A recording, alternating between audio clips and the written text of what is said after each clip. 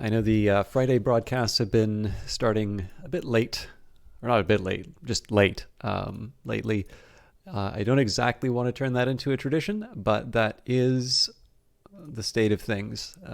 We'll see if maybe in the new year I can get my affairs a little bit more in order. But I am ready for some Darkest Dungeon tonight, and it looks like we've got quality options, all the good things going on here. So I'm going to quickly pause that, and I need to open up the game. Uh-oh, I'm already getting encoding errors. All right. We'll see whether or not I should be worried.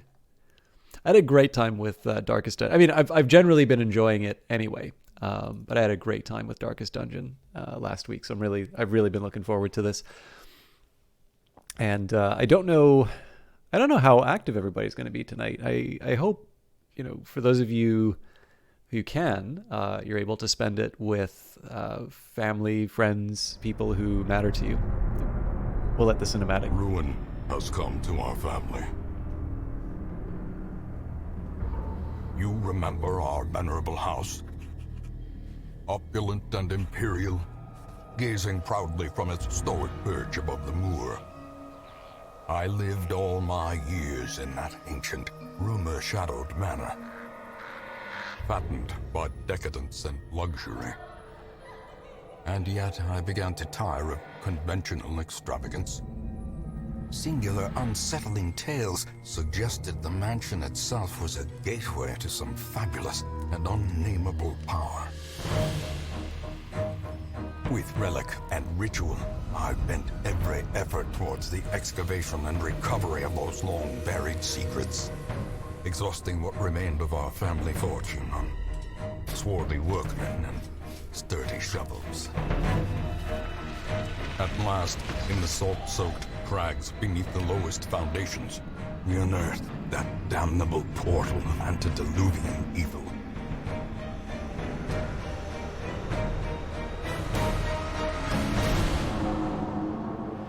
Our every step unsettled the ancient earth. But we were in a realm of death and madness.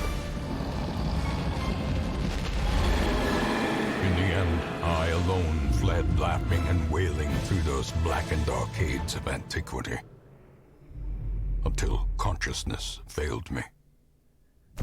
You remember our venerable house, opulent and imperial.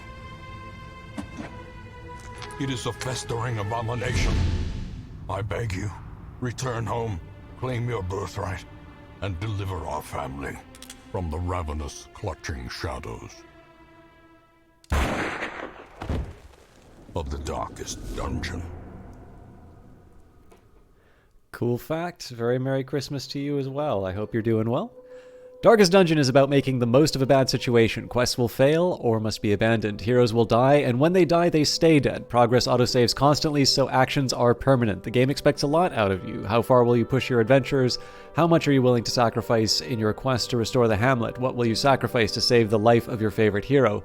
Thankfully, there are always fresh souls arriving on the stagecoach, seeking both adventure... Almost got it.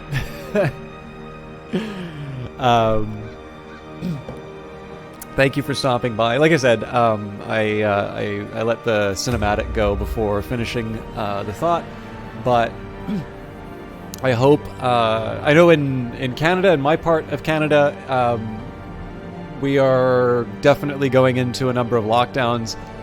Not formal lockdowns, but definitely lots of very strong recommendations to stay in very close groups, to be very careful. A lot of fatigue, which is a shame. I think, the recommendations are very sensible ones, and I get that people are tired, but, I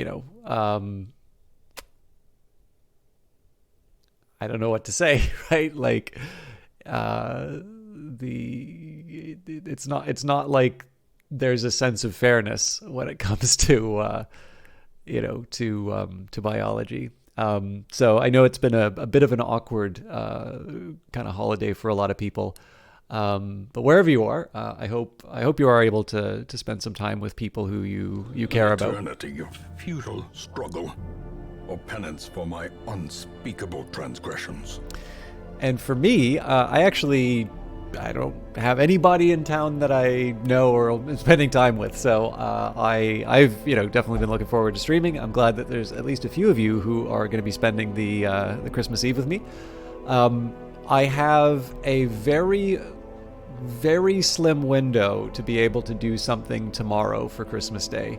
I'm not committing to doing it yet because the last thing I want to do is build an expectation and then fail to deliver.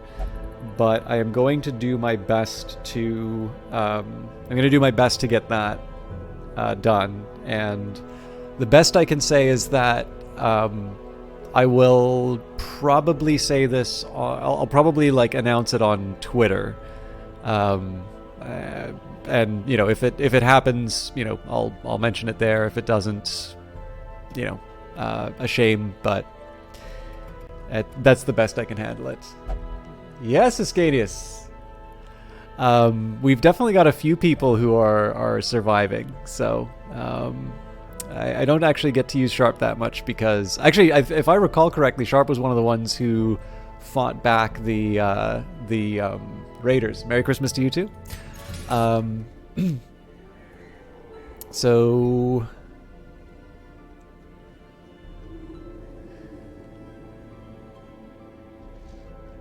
I'm trying to remember what we need to replace. Maybe the better call for me is to just go by class. Yeah, so we've got three arbalists, because basically the musketeer is another version of the arbalist. 2 plague doctors, 2 jesters, 1 antiquarian, 1 grave robber, 2 houndmasters, 2 vestals, 1 occultist, 2 highwaymen, a bounty hunter, 2 men-at-arms, 2 fanatics, an abomination, 2 crusaders. Oh, wait, am I really trying to get another Hellion? Wow.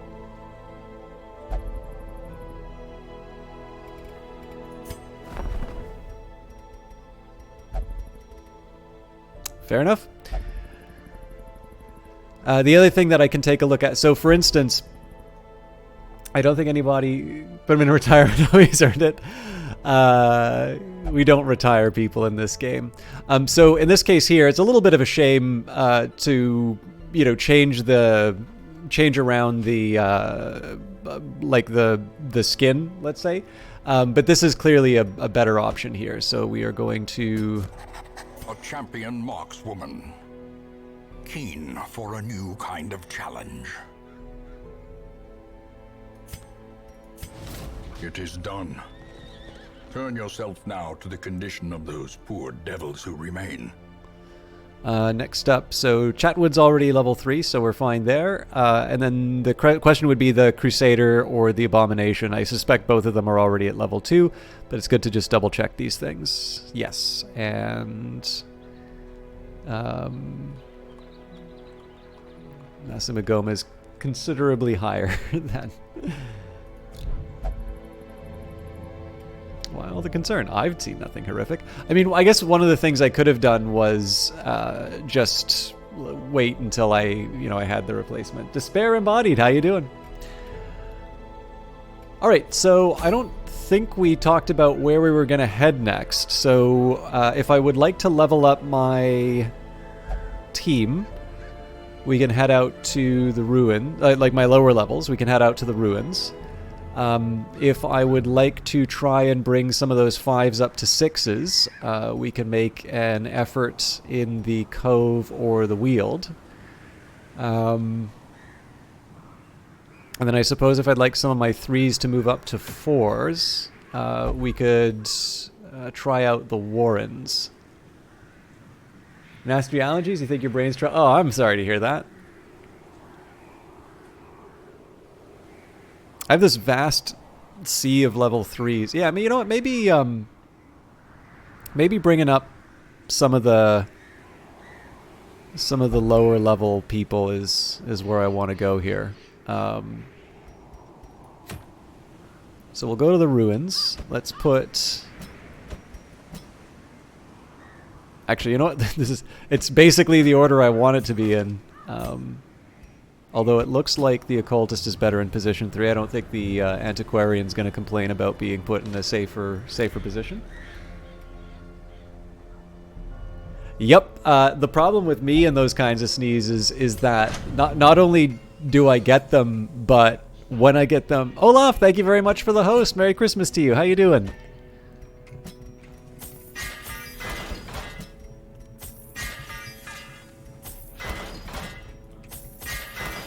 I hope you're all really doing well. I'm actually so happy to see so many people coming in. I always kind of feel like for big holidays, it's a roll of the dice. And that's the way it should be, right? Because I really do hope that a lot of you are able to spend the holiday the way that you want. And that sometimes means not doing things on Twitch. In fact, I would argue that there's a lot of things that you should probably be doing that are not Twitch. But I'm going to be here, and for those of you that want to hang out, I hope to provide a worthwhile diversion. Probably not going to use this, but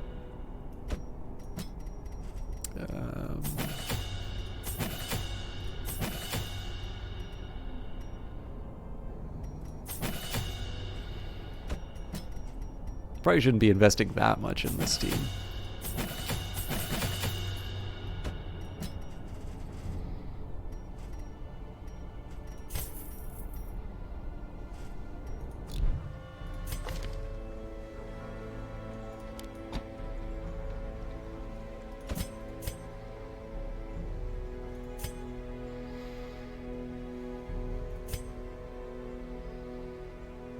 Yeah, this works for me.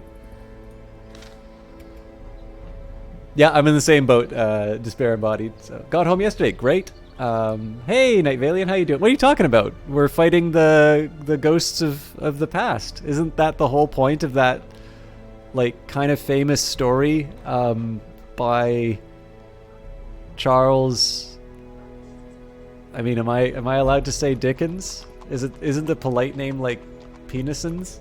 Anyways, you know, like there's that story where these like evil spirits come and harass this guy, so that there's an economics page. Actually, you know what? Let's take a second here. Let me see if I can find this paper, because this is actually kind of a fun one. Yeah, it also has family in it. It's all about family. What are you talking? This is the most Christmas game possible, Night Valiant. Charles Richardens. So let me take a second here. We've got Night Valiant. By the way, Olaf, aren't you due for like a special stream sometime soon? Should I be shouting you out? Night Valiant's been doing some game. I can't remember what it's called. This guy with the big hat. It's like Hollow Knight. Yeah, it's probably Hollow Knight, right? Hollow Knight with the big hat. No, he's been playing Blasphemous. I've actually been really enjoying him playing Into the Breach. He also did some Front Mission, which is the first time I've ever seen that game. He's a soft-voiced, friendly Brazilian streamer, and he tends to stream late, so he's a safe bet for me to host in the evenings. I've been hosting him a lot lately, but I hope you're doing well. And sorry, I am going to get into the game, but I really want to see if I can find this paper.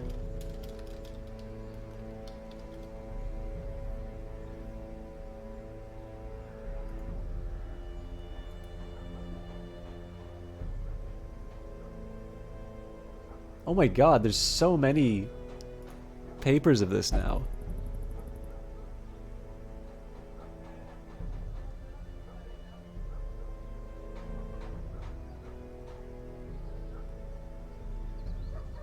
Okay. Best old game is Simon's Quest. Is that a Castlevania game? Okay, tell you what, I'm going to switch to just chatting for a little bit so people don't get cranky. This is not going to take a very long time, but I'm going to read you something from the Financial Times. And I feel like this is based off of another work, but it could be that... it could actually just be that this is Oh, okay. I hope it went well, Olaf. I'm glad that you're here. But yeah, let's not push you too hard. The first time a millennial seen an old game fades to dust. Yeah. Okay, so this is from the Financial Times. This is by Tim Hartford. He wrote a book some of you might have read called The Undercover Economist. I don't remember. I'm trying to remember if he's a professor or not. I thought he was. I could have sworn he was at Oxford. But anyways, he's also done The Data Detective, and I feel like there's a couple of other books that he might have done, which I don't recall. But I mean, he's done podcasts, he's done a few things. So he's a fun guy to read. Don't read nothing financial. That's why you're so rich in no money's. But yeah, the Financial Times is just it's a British paper. It's got, I like to just call it a pink paper, but apparently it's salmon colored. And this is an opinion piece by Tim Hartford. So I'll just read it to you. And I don't know if this is referencing an existing work or if he's drawing from this original one. But it's at this point, like, the meme has kind of gone. The meme has gone enough that I'm noticing like a whole bunch of other papers are now like doing later articles than this one, which like obviously everybody's copying each other and not attributing it. So in this case, Harvard's fun to read anyway, so this is the one. Oh, was it Landsberg who, sorry, let me just take a quick second here.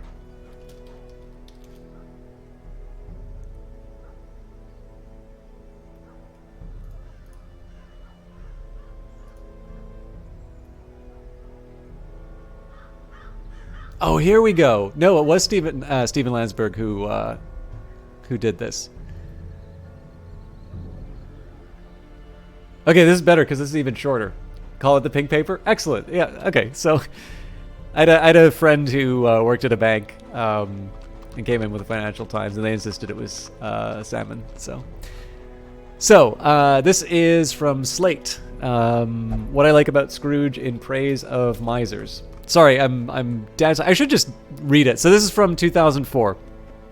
What I like about Scrooge in praise of misers by Stephen E. Landsberg. Christmas is about generosity and charity and giving, right? And so it is that tightwad Ebenezer Scrooge is the villain in Dickens' A Christmas Carol. Is that really fair, though? In 2004, Stephen Landsberg explained why misers are actually very generous. In the spirit of the season, the article is reprinted below.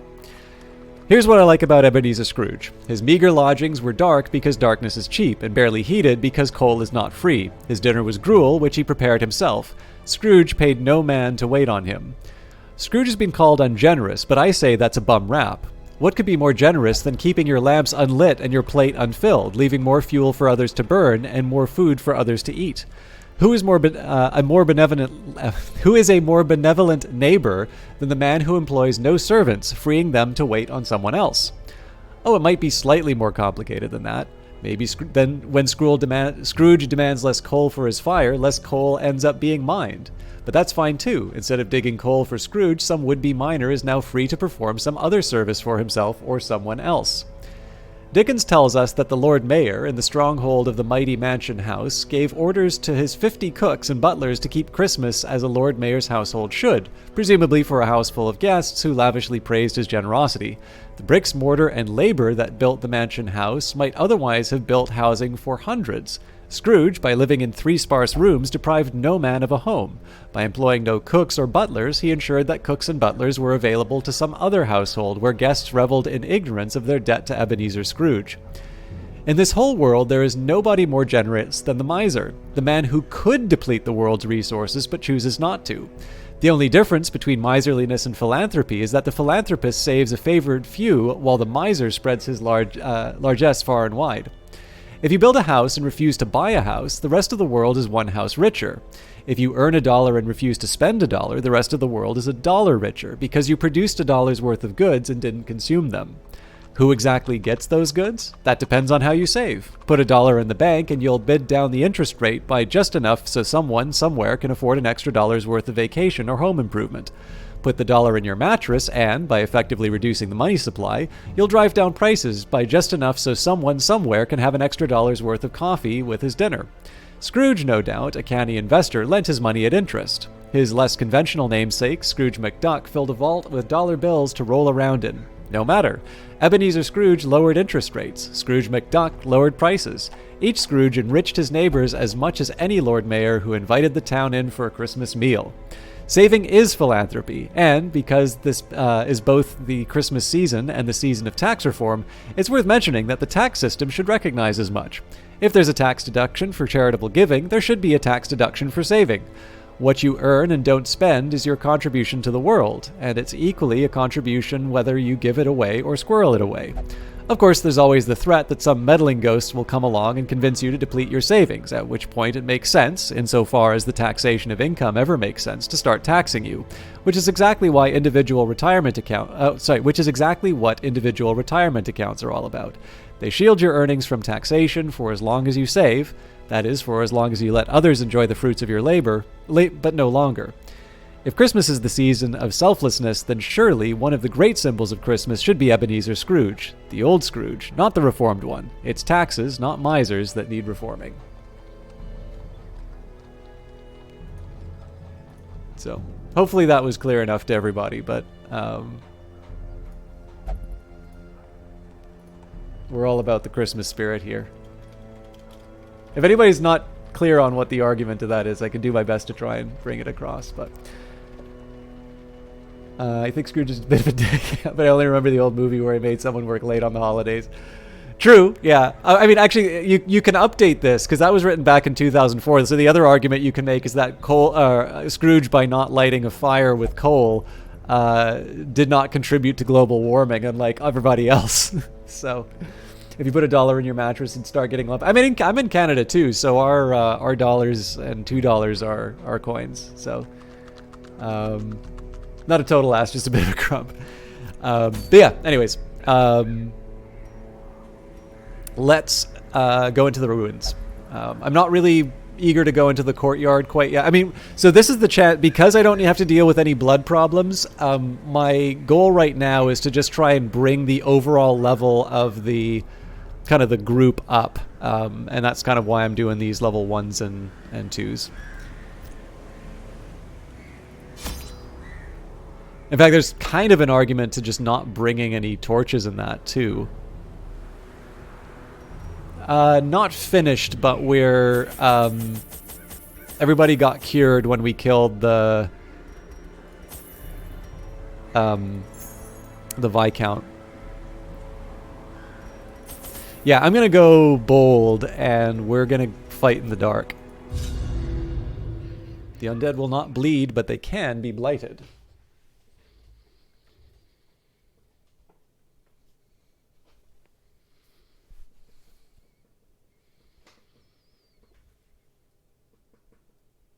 Yeah, I was a little surprised that everybody got cured of the Crimson Curse. I'm sure there will be...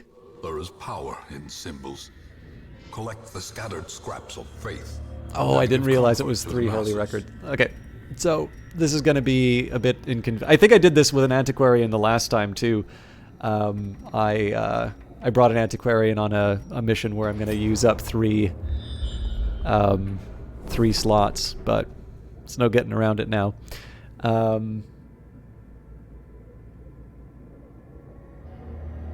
Yeah, that's possible too. I mean, so the biggest one for me right now is just I'm taking advantage of the fact that I'm not affected by the Crimson Curse right now, and I likely will be in the future. But I'm going to enjoy this nice reprieve by like leveling up my kind of leveling up my team.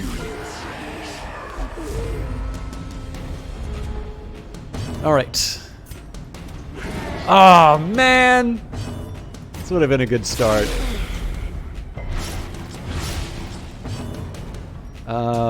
Let's do the nervous stab. We might be able to take someone out. Not anymore. Beautiful.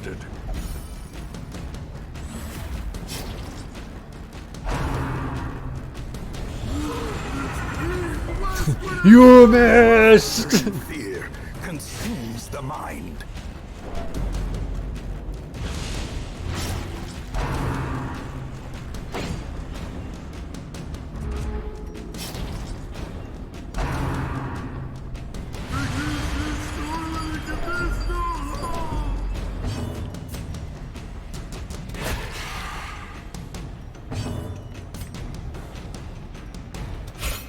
Come on, man.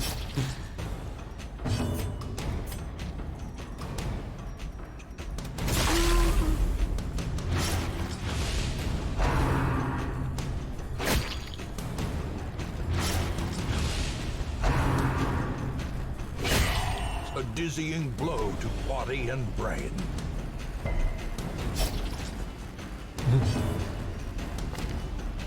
Flawed release on the Antiquarian, and man, Sungift's got everything.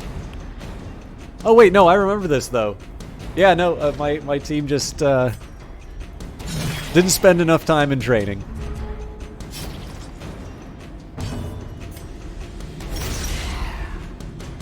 So I wanted to put the bleed on someone with a higher health.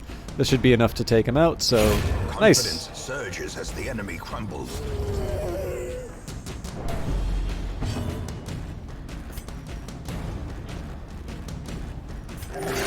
It doesn't 100% make sense to heal the flagellant because like they get better when they get better as the as their health goes down. But I don't want to get reckless with them for no reason.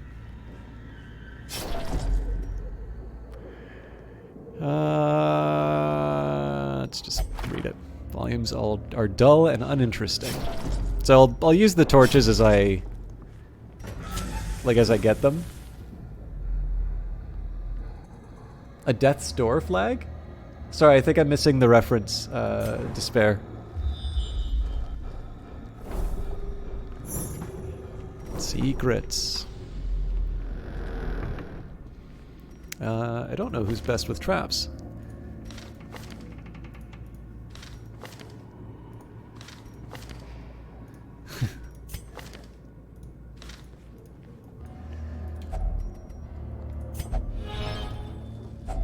A fortune waiting to be spent.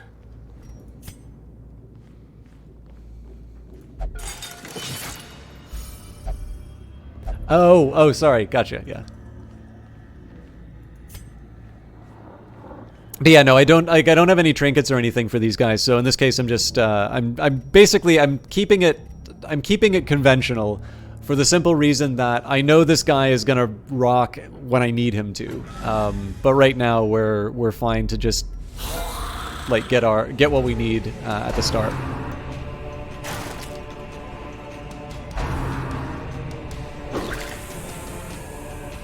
Oh, you'll be pleased to know the tempting goblet for me, Olaf, is I don't just have a coffee. Oh, I'm sorry, I did bring Shard of Glass.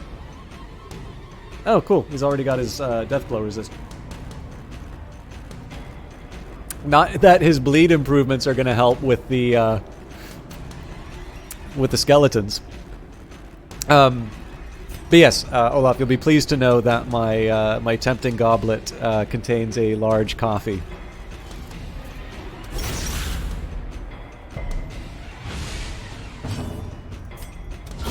A decisive pummeling. Well, so much for the Iron Swan.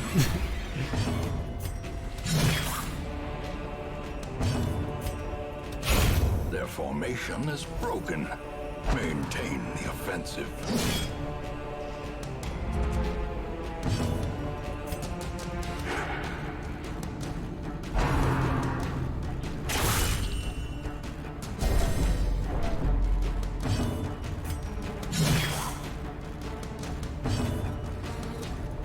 Blood!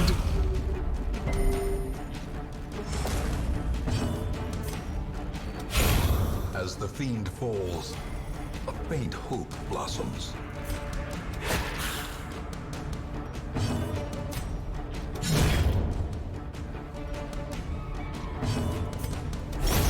Continue the onslaught.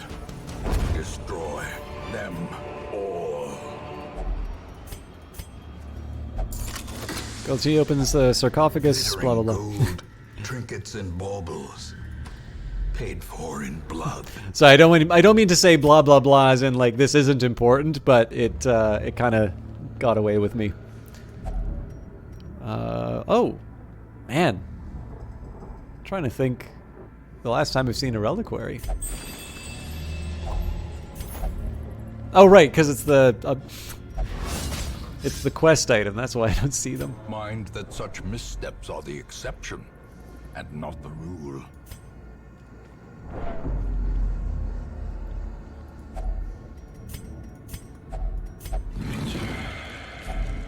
Finding the stuff is only the first test. Now it must be carried home.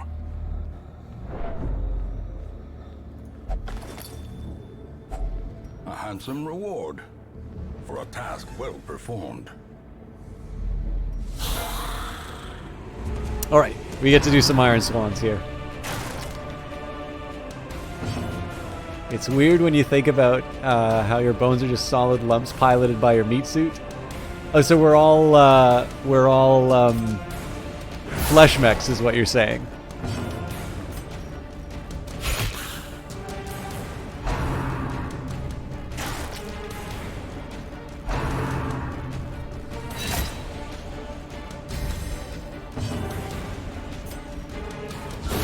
Another abomination cleansed from our lands.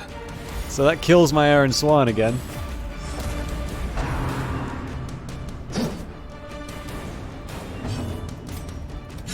Press this advantage. Give them no quarter. Man, we are kicking ass.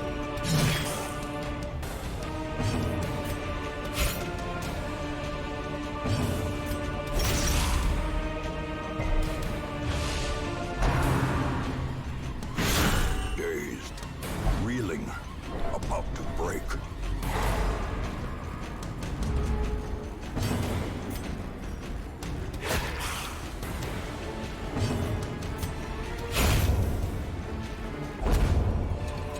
So if I can get some healing in on the Hellion, Triumphant pride precipitates a dizzying fall. I'll take a shot at it. But again, it's not. We're not in like hair on fire mode yet.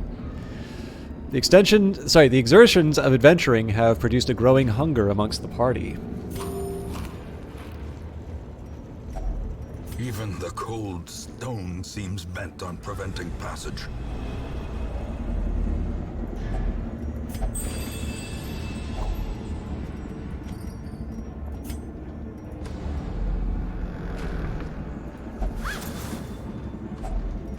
$75 gold. Glad we brought the antiquarian.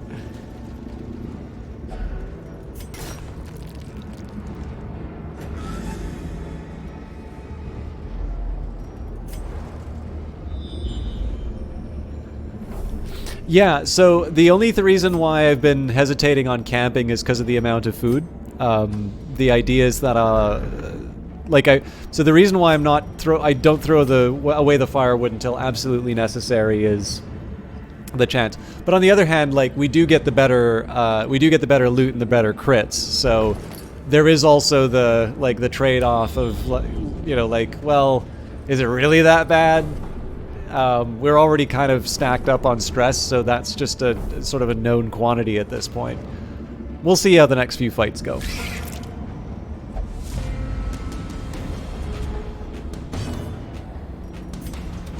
Another one falls. Jesus.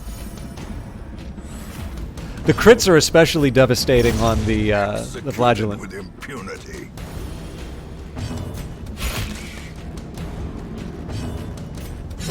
Be gone, fiend. Okay, I'm not quite ready to toss the firewood yet, but let's do. I guess you don't need to dodge.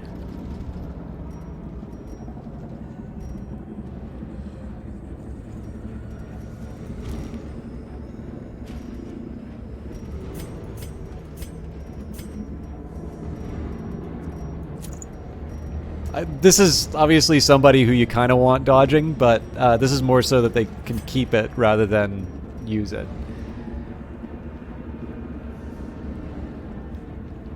I mean, the last time I went I guess I went torchless last stream as well, but the first time I went torchless, and really the only other time I'd done that was by accident. So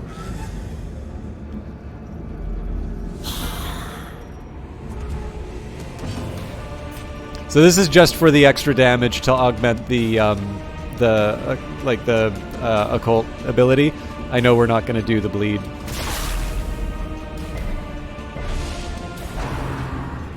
I can't count on crits every time, so. And let's go for Festering Vapors this time. I need to deal with the armor. All right.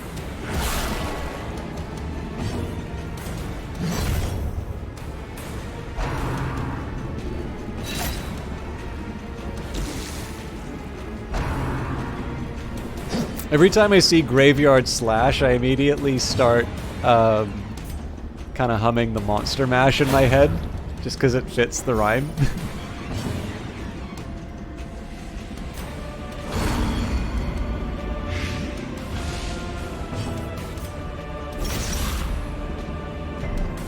By the way, I've also thought that every single time I've played Darkest Dungeon on stream. It's just the first time I've admitted that out loud.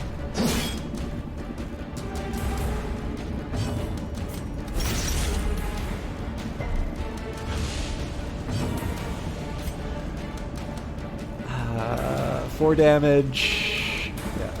We'll see if we can get a heal in. Jesus Christ.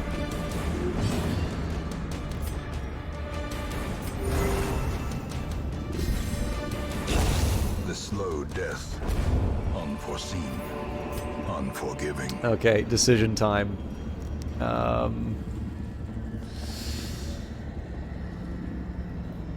Let's say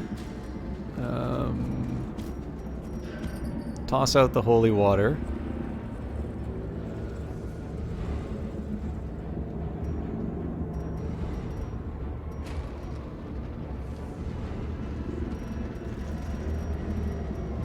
Thinking we could probably do better than the Jade.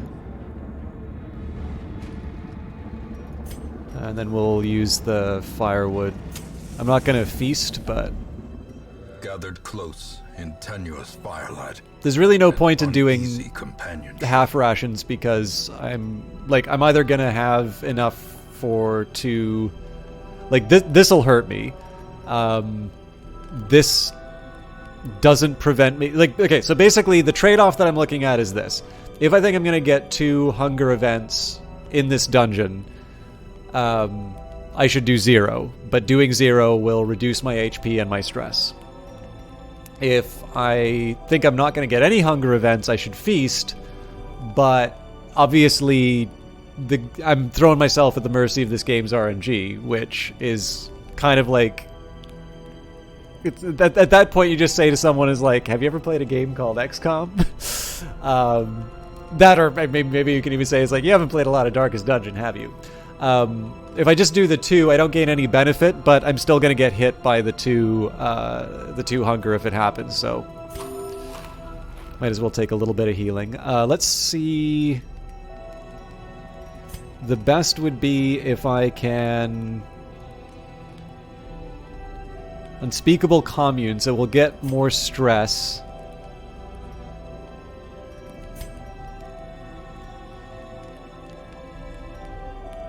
Okay, here's what we're going to do. We'll do an Unspeakable Commune to prevent the nighttime ambush. So stress goes up. We will take the Lash's Solace. We can sharpen the spear. And then... I mean, healing wouldn't be terrible, but let's see if we can boost someone's mood.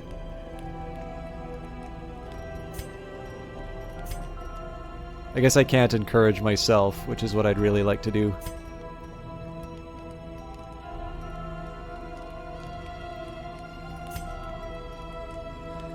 Well, we'll do a wound care then. Soothed.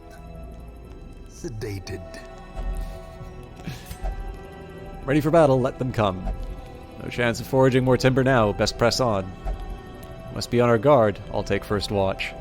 I'm pretty sure whatever May we find victory. terrifying entity the occultist reached out to has got you covered there, but... right, we don't have a key. Packs laden with loot are often low on supplies. So might as well push on through. You found the holy relic in the sack. Probably should get the occultist on those, but... Alright, this is an inconvenient place for the... whatchamacallit, but...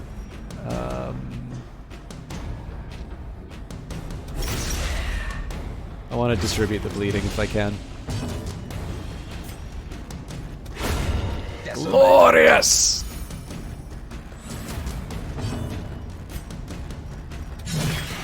I think he's dead? Yeah.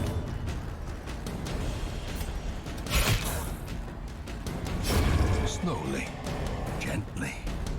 This is how a life is taken. He did the mash.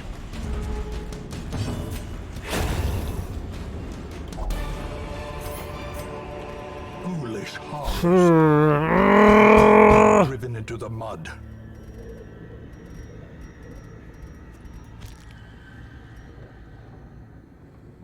Yeah, I can't quite afford to ditch the shovels yet.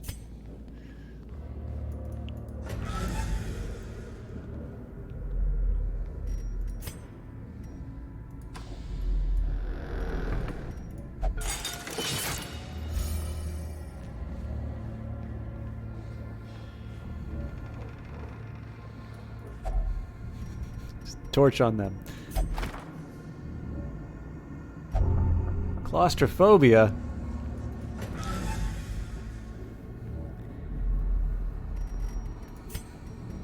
So I only need one more item. Okay.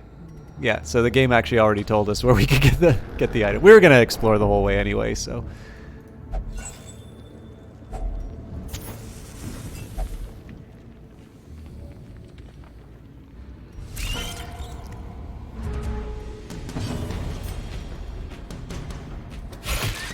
I should probably... well, I don't know. Like, Web's stun, but I don't like Blight. Back to the pit.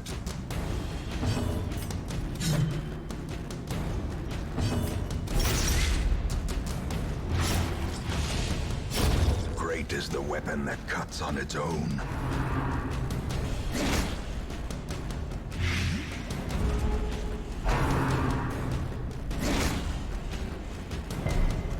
That's a total of 7 damage this thing did to us by letting it stay alive. I think we can leave the citrine. So clearly in view. I mean, so there's a small argument to ditch the shovels right now because we don't see any, like we don't see any more walls. But if I recall correctly, this just means we don't know what's here. I believe it's... well, okay. It's possible, but the fact that we can see into all of these rooms... I'm actually going to say that we could probably safely ditch the shovels. The thing is, though, citrine's not, like...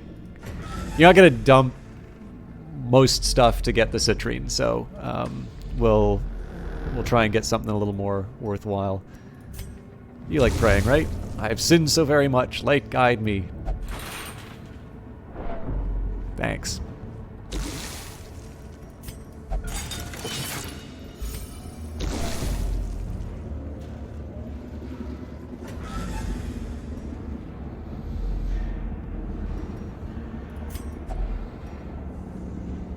Well, I guess I know what we're trading out for now.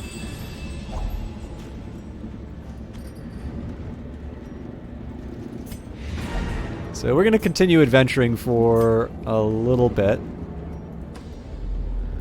There may be something cool in this for this curio here, but let's... holds much worse than mere trickery and boogeymen.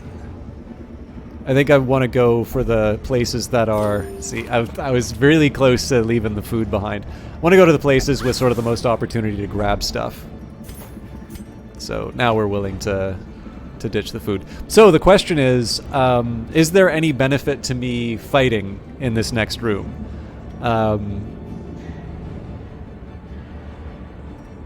I'm potentially leaving 800 gold on the table. And 4 busts. Well, then again, we might also find a rare antique. You know what? I'm bloodthirsty.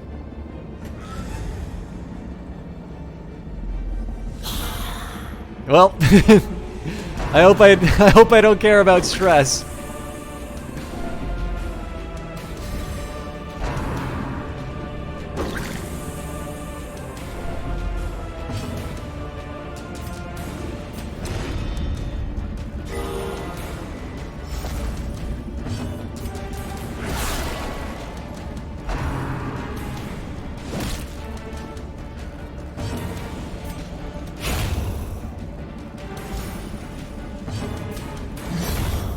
That's the stress taken care of.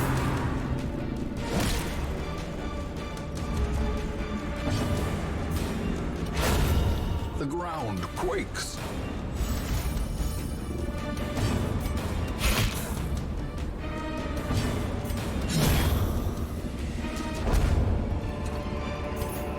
This Yeah, that actually paid off pretty well. Success. Onyx. I don't think trading anything out for the Onyx is worth it.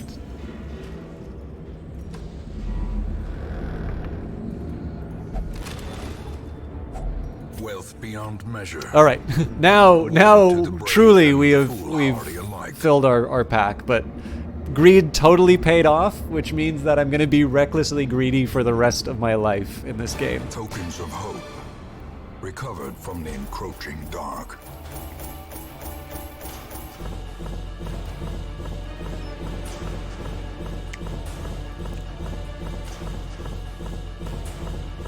By the way, I definitely prefer focusing on like positive stuff, but there is something kind of amusing. There is someone who I speak with on a somewhat regular basis who always, the best I can tell is they try to convince me that this isn't a good game.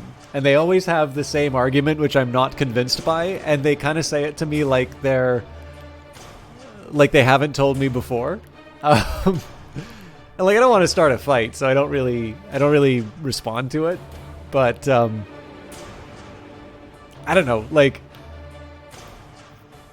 obviously it's like any game, right? Like I'm not a huge fan of the game Rust, but I'm definitely not going to deny that Face Punch Studios has done a hell of a job between Rust and Gary's Mod in terms of just making a really successful indie company. And I really don't think there's any question about how successful that game is.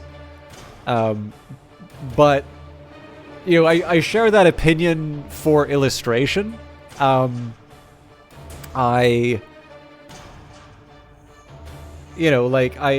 not that if any of you said, oh, well, I rather like Rust, that I'd be like, well, here's why it's a terrible game. Like, I'm not 100% sure why anyone would really want you to, like, would want someone to go from something they like to, like, not liking it. I guess other than to feel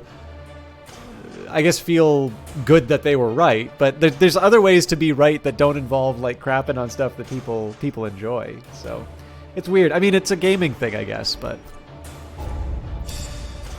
I don't know why I thought of it now, but I guess it's just because, like, I don't know, especially getting at the end of a run. Like, this was a pretty straightforward run. This is definitely not going to be, like, my most memorable Darkest Dungeon run. But, like, especially when we pull it off and then you just get to hear the, like, doof, doof, doof, doof, doof, all your stuff come in. Like, you feel powerful. It's good. Like, the audio is fantastic on this. Power Up Audio, based in Vancouver, by the way. Hello, Kevin.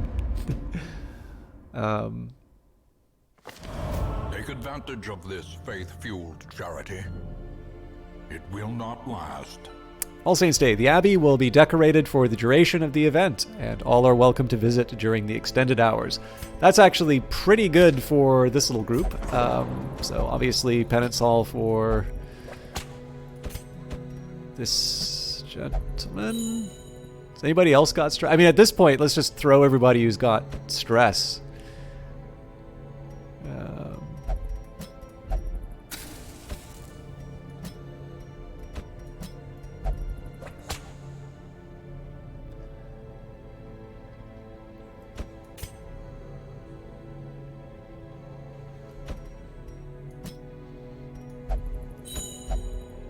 All right, well, that won't work for Chia.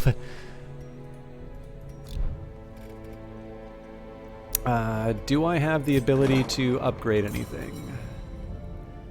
No, but it is good that we got greedy with the busts. The Houndmaster should be back, though.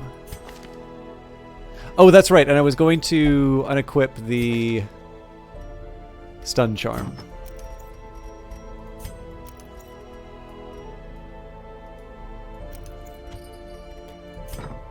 And then I think... Who else? Yeah, we don't need to... I put it on Fortier just because the -2 dodge... Like, again, this is someone who gets better as they get damaged, so I'm not going to complain about fewer dodge, or less dodge. Okay, GNR / underwent effective disease treatment and cured vampiric spirits. Monfique is still missing, alright.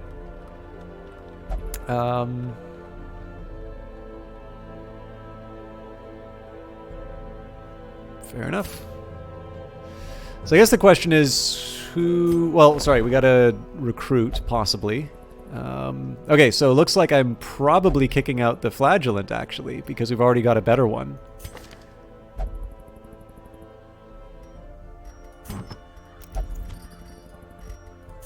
By the way, if anybody would like to be a character, just speak up. I don't mind taking some time to... Well, actually, here's what I'll do. I will add the Flagellant, but I won't kick out the other one. And then, was I looking to add another Hellion? I think I was.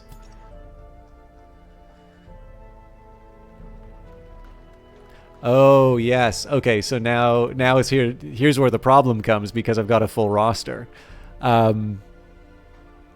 So let me just double check. So yeah, we do technically have 3, but like they're all high level, so I'll only replace them if they die. We've got a lot of Flagellants. I'm pretty sure I was trying to get another Hellion.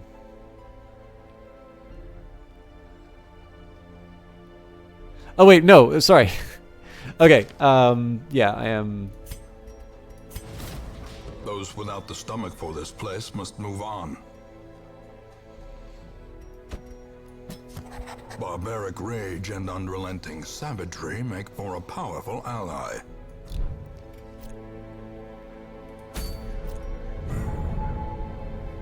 Oh, wow. We're definitely not ready for the Gibbering Prophet, but we actually don't have anything for a low-level crew, which is fine because I don't think... no, we would still have enough. But yeah, let's focus our attention on... Okay, so what do I have for level 5s? If I recall correctly, you get some decent cash for destroying the pews.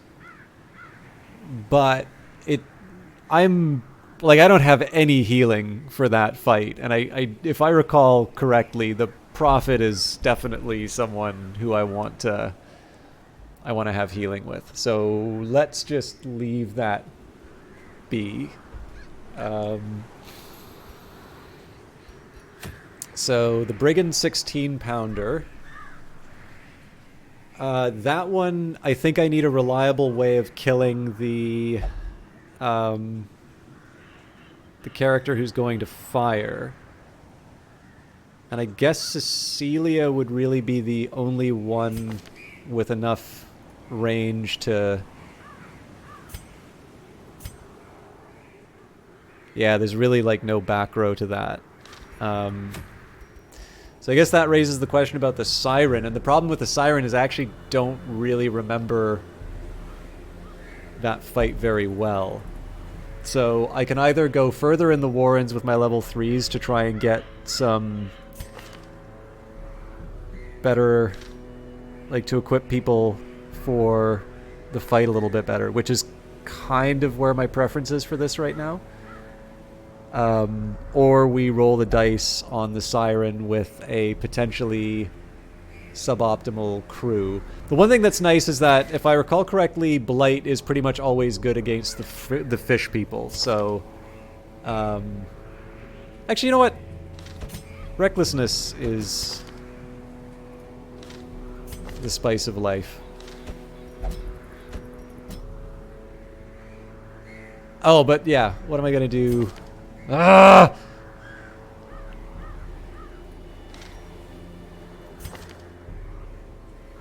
Okay, so I don't get picked to the face. That's not a problem. Oh yeah, but then where's my healing?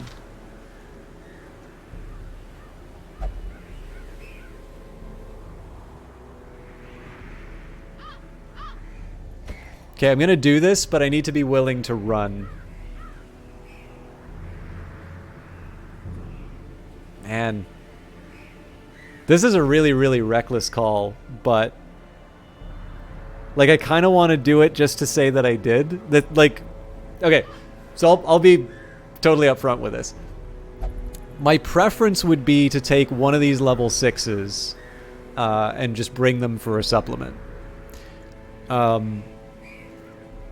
I really don't want to lose any of these people, but especially because I don't know the Siren fight. Like, I'm kind of going from memory of the level 2 versions of these bosses that I've fought.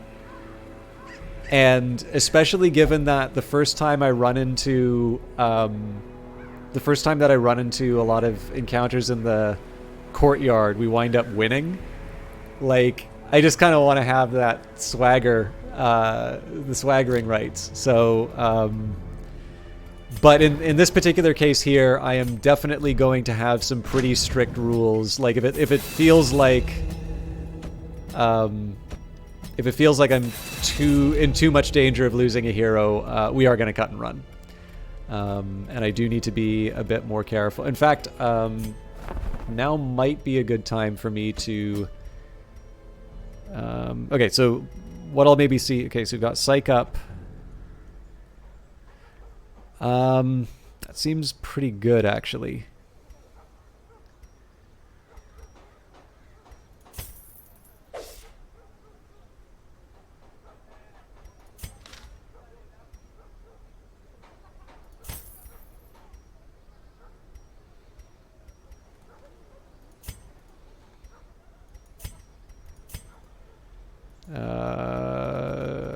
It kind of gave me a warning on this, but I'm not quite sure what to do with it. Okay.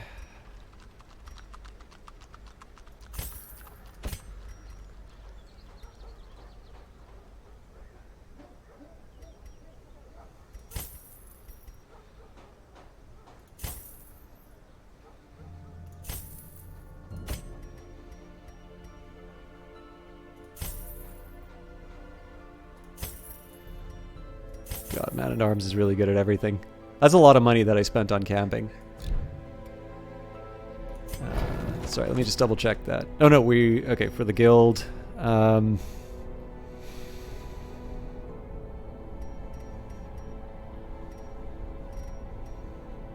Screw it.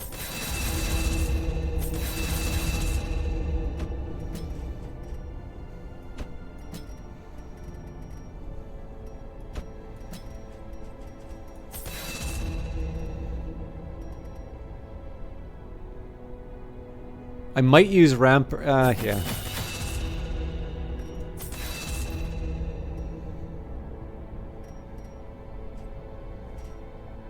I'm getting a little on cash, though, so let's not get too crazy. All right.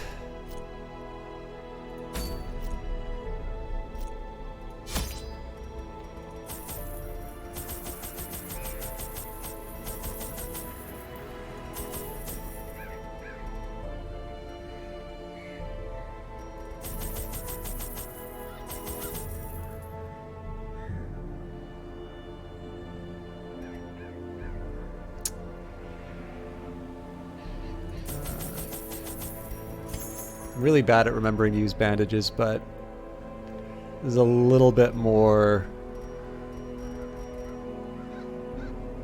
Yeah. Under the blood moon, I lured my wide-eyed prey to the pier's edge. Before she could properly appreciate her position, I clamped on a manacle, chaining her to the leering idol. A small push was sufficient to send both into the icy waters. And when at length the tide receded, jewels of the most magnificent grandeur lay scattered upon the shore. I really like these little vignettes in what the Ancestor's been doing. I always wondered what became of the unfortunate little waif. Interesting. Man, there are so many traps here. Well, obviously we go for the treasure first.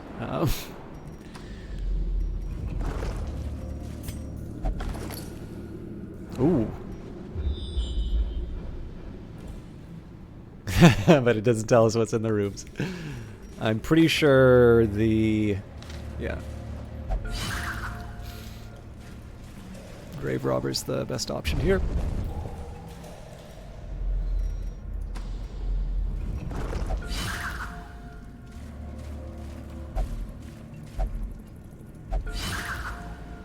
Sorry, I should probably work out these abilities too. Right, so we're good there. I wish there was a way of jumping between party members without having to do so much clicking.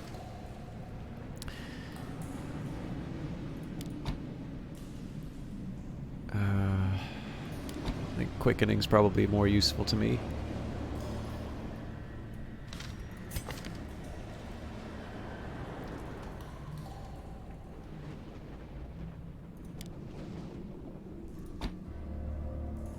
Yeah, I should probably max my my ability to heal and prevent damage.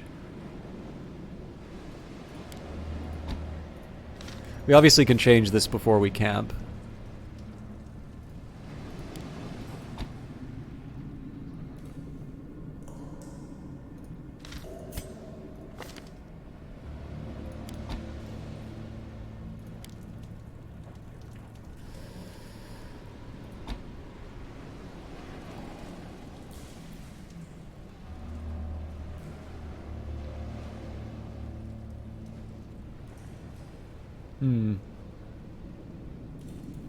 I'll think a little bit about skills before we go into the step. Daker! Hello there, nice to see you playing Darkest Dungeon. Always go full upgrades on the skills you like and use. You're always changing and using different skills. I actually tend to be very set in my ways, but this is a little bit of a special case because I'm going into a fight that I remember the least out of what I've played, and I'm bringing a party which is more about who is available rather than who I think is best. And yes, happy holidays to you as well.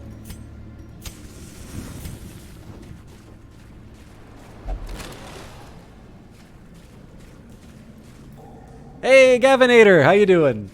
Very Merry Christmas, happy holidays to you. I know you've got a family, so I hope you're doing well, and that everybody's kind of safe and as little like minimized in stress. Honestly,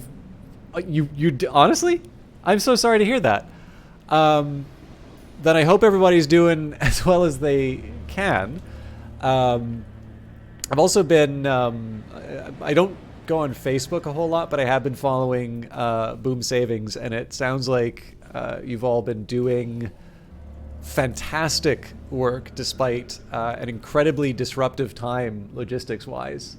So you're in 2 different houses right now to keep the quarantine dates as early as possible. Wow, I'm really sorry to hear that. Hopefully this will be a pleasant diversion for you then. All my best. I cannot think of people less deserving than you.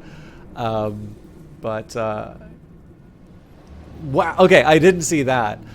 By the way, just so for those of you who don't know, Gavinator is somebody who I know from work. And even though I know a lot of you have been hearing how miserable the environment has been for me, Gavinator is the exact opposite. He was a trainer on a course that I took. The course is excellent. It's definitely one of the ones where I learned the most. Gavinator was one of the instructors. He was methodology. Both really great in terms of covering the material as well as taking care of the students and sort of just, making sure they're doing okay. And, as a little thing about good financial advice. But on top of that, Gavinator runs a sort of charity group, which is entirely about finding these preposterously good deals on things, buying them in huge volumes and sort of donating them to shelters and food banks and so on and so forth. So I'm always excited to see him stop by the channel, and I always want to take a second to talk up good works, because especially now, right, like we're in a time when need is so much higher than what it normally is. And I mean, I've worked with the Salvation Army. Christmas was always a really, really busy time with that. So like I've been at the kettles, I've done food hampers, like, it's big. And of course, in Canada, we've had a number of things that have sort of been demanding time and money of people, right? So on top of COVID, we also have things like floods in my home province of BC, and even things like trade restrictions on potatoes and that. It's not just that it's been a really trying time, but there's been so many other things demanding our time and attention that, especially when it comes time for Christmas and all of that, people are just exhausted and not necessarily ready to kind of push forward and give of themselves. But it's not just that the need is the same, the need is potentially even greater. And so it's a time where I just really want to recognize people who are going above and beyond, who are not necessarily letting that slip by. Because the big thing is we always have really good excuses for not doing stuff like that. I'm the best at making excuses like that.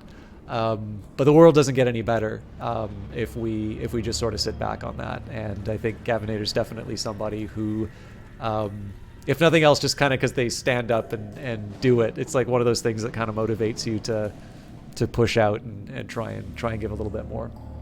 Anyways, a general manager at Canadian Tire said some of her Christmas supply was expected in April. You licked your chops at the idea of liquidation. Oh, awesome. Well done. And yeah, sorry, I obviously don't want to belabor the point, but you give me a good chance to sort of talk up, thinking of others. I keep forgetting. The Cove music for this is fantastic. Actually, Gavinator, I'll let you know. So this is, I don't know if you've ever heard of this. This is a game called Darkest Dungeon. It's awesome, and it's Canadian. In fact, if you've ever heard the band The Tea Party, one of the members of that is the composer on this game.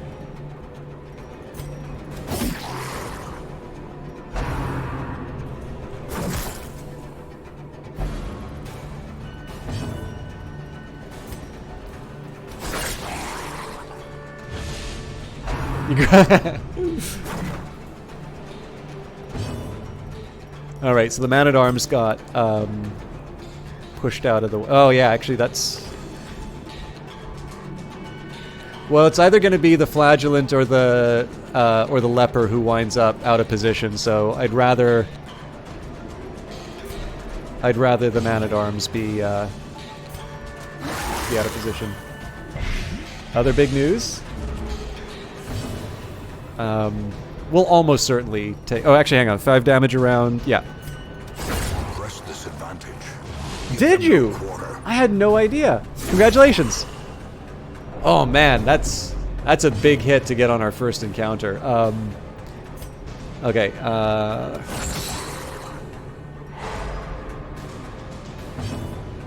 Really cool. So are you...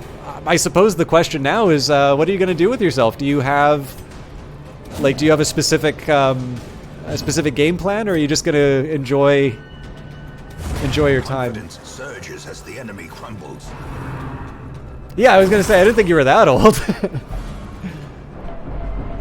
But then, I mean, you're really good at like finding the angles on most of this stuff. Going to focus on... Okay. We really need to start killing this stuff before we try and heal my people, so... Jesus. Oh, that's great. There's a game... Actually, Let me just take a quick second here. You may like this guy, Gavinator.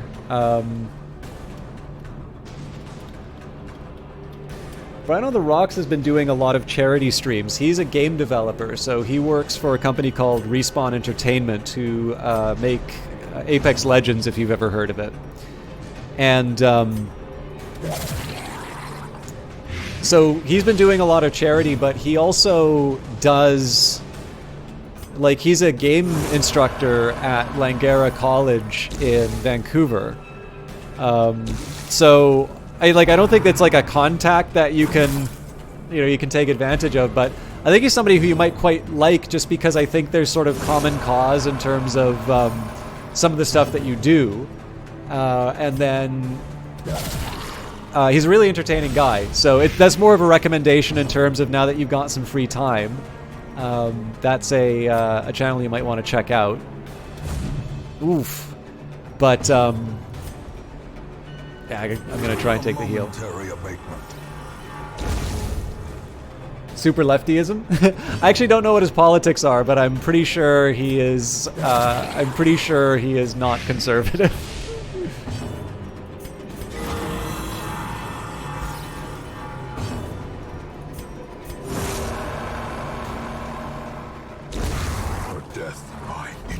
I always like to joke, particularly among like indie developers, as small business owners, you will all be very happy to hear about, conservative tax cuts or whatever.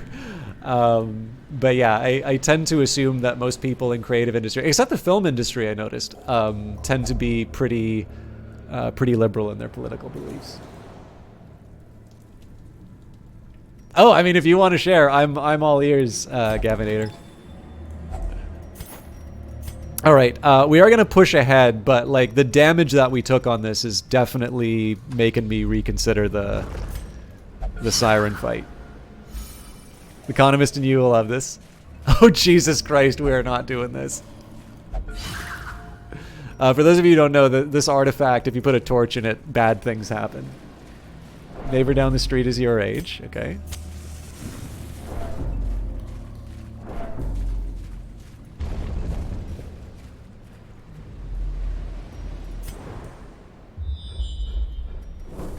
Oh man, like the Siren could be waiting in this room, or there's no way of knowing.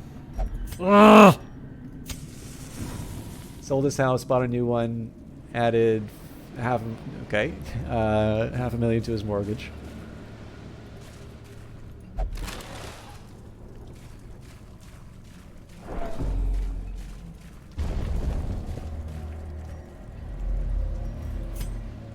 Oh, and it's not giving me the scout. Okay, so if we run into the Siren, we'll just run away and head back.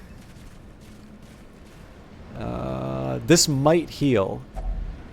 Brackish tide pool, pool of water, cupped and smooth stone. The color looks slightly off. There's resilience is height. Okay. First reaction, oh my god, I'm 500,000 richer than I was 1 minute ago. My only frame of reference is you.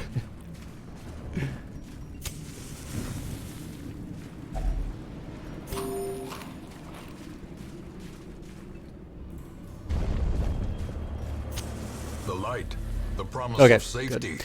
I didn't want to blow the firewood unless we knew we were going up against the boss. So we're going to dodge the curio room. Because like the way the party's sitting right now, if we can heal up Cecilia, we're actually in a fairly decent shape for the fight. I mean, so... this is definitely...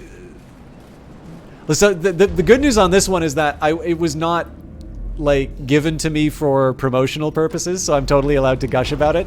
There's another coworker who saw me play this, and they totally wound up buying it afterwards. If you like kind of RPG-ish sort of games, the whole premise of this game is basically like you can imagine the adventuring party in like any kind of role-playing game or dungeon or whatever, and you're constantly fighting monsters, you're constantly in danger, and no game has ever really thought of the idea of like, what does that do to you? And the one mechanic you haven't really seen here is this stress.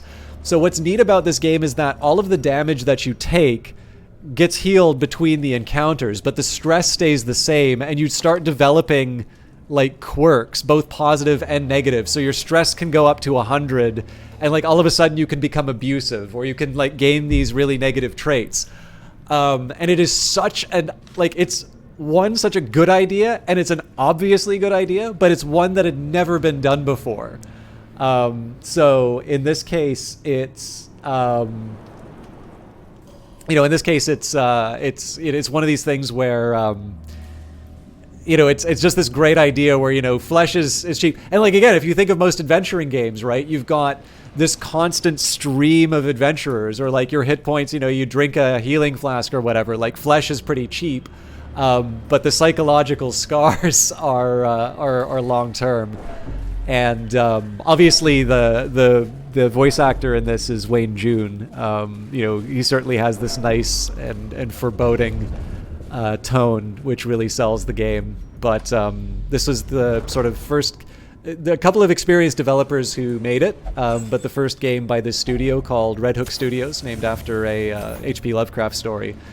And it's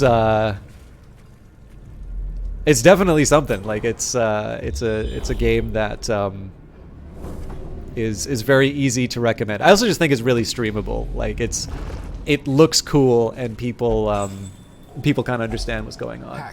All your characters go Leroy Jenkins on you. I have had times where, because of the stress, some of my teammates have straight up killed, and there's permadeath in this game, and it automatically saves. I have definitely had some of my characters wind up killing their allies. Okay.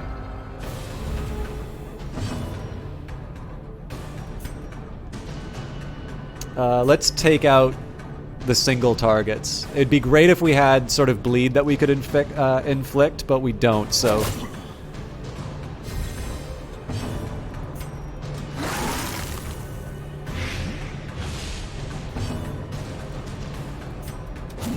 Ah, Jesus.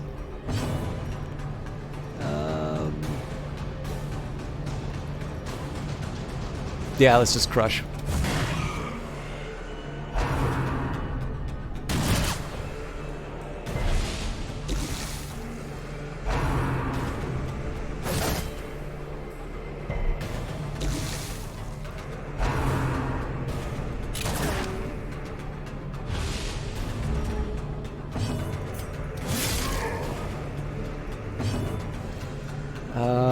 Flashing daggers is kind of tempting, but I am going to just keep throwing the poison dart, seeing as we're starting to stack up the damage. So 9 damage per round.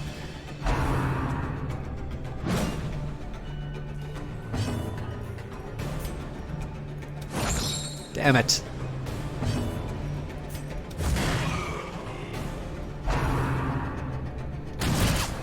Even that chip damage just starts to add up. To a killing blow. Okay, that's why we brought bandages. So this guy's toast next turn. So I can't attack anybody else. We'll take the minute for Solemnity to heal up. Sedated. That would be really neat. They've got a sequel out. They just released it last month. It's sold quite well, which makes me very, very happy. One of the things that's really impressive about this is, like, if you look into the details, you can sort of see how little pieces get reused, and there's like little shortcuts, but they're not distracting shortcuts. It's after you've played for a while, you realize it's like, oh, hey, that's really clever how they made the most of it. So it's wonderful in terms of how economical it is. There's actually another one I've been playing that's good on the, like, seeing impressive stuff, Phantom Brigade, which takes place in like 5-second segments, and then you see how all the action plays out. So they've been wanting to add a replay mode to it, but it turns out that's very difficult to implement. So they've said they want to, but they don't know if it's going to be ready for the 1.0 version. Okay, in this case, we just need to pummel the Fusilier. Hopefully, we can kill them before they do damage to my Grave Robber, because my Grave Robber doesn't have any way of healing. No! How quickly the tide turns.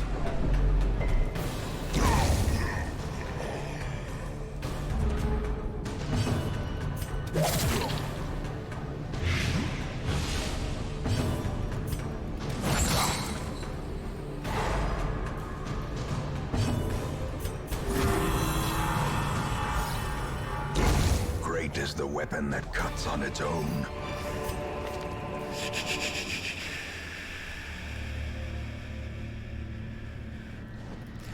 Okay, so we gotta protect Cecilia. Oh, Jesus Christ.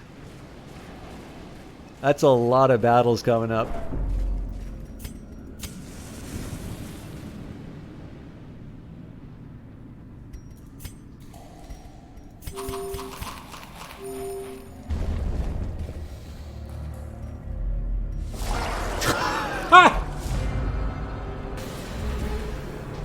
I hope we make it to the the Siren, but this is going to be hard.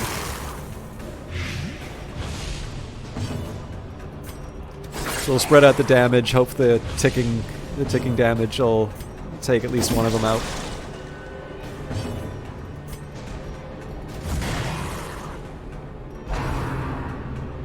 Almost. The more stress they do... Actually, this is one of the cases where I might be willing to deal with some more stress. Forgiving.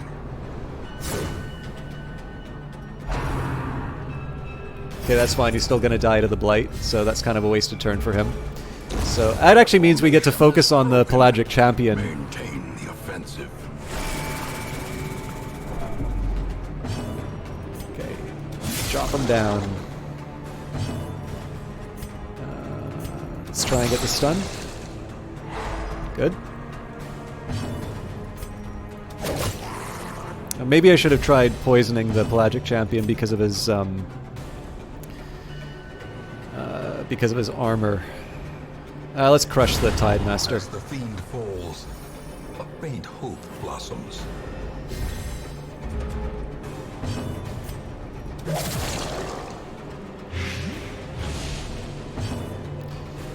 We'll do our best.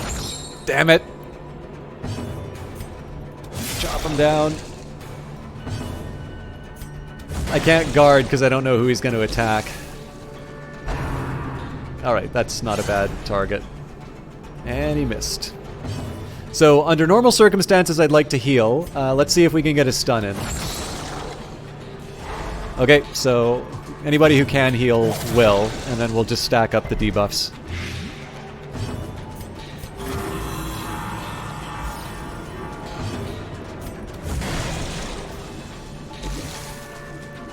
So he's dead next turn. Everybody needs to heal if they can.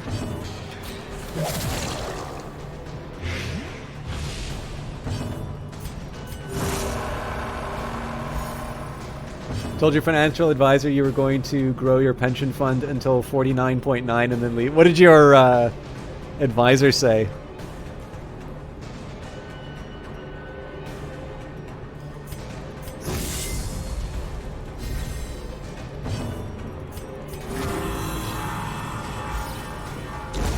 He said, with rising interest rates, doesn't work that way. He said the pool is going to shrink by... Oh.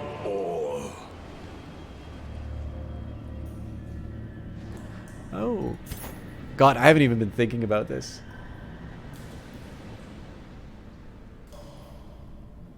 Oh.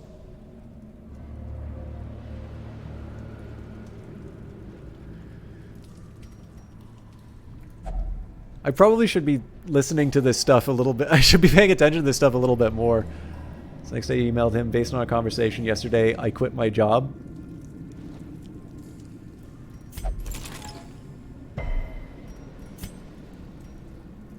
Yeah, man.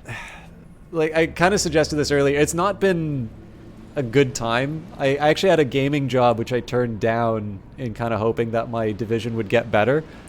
And then it basically had like a kick in the nuts kind of moment. So if the retirement benefits aren't what they're cracked up to be, I should probably figure out my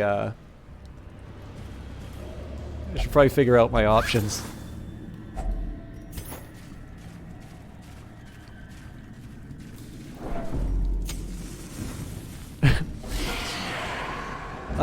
This is bad for okay, so Cultist Champion I need to fear for his bleed. Paralyzing Stinger I need to fear for the stun. Let's say we don't worry about the Witch because the biggest damage is stress. Well, she can also disrupt the lineup. So let's stun the Champion and try and take him down with the... Yeah, that's the thing I'm worried about.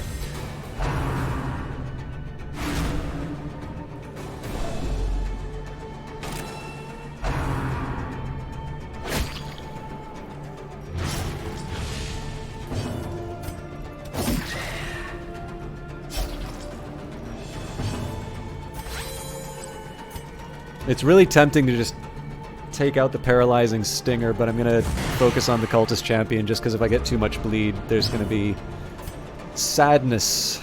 Yeah, we can spread the love. A powerful blow.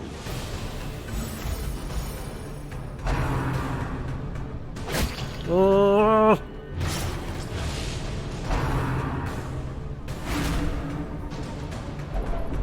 They're doing really well as far as targeting the people who can't heal.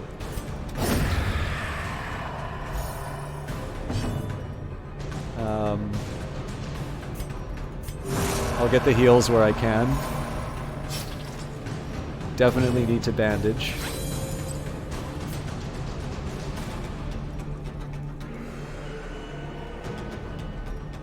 The people who can heal are the ones who don't need it, so we'll finish the fight.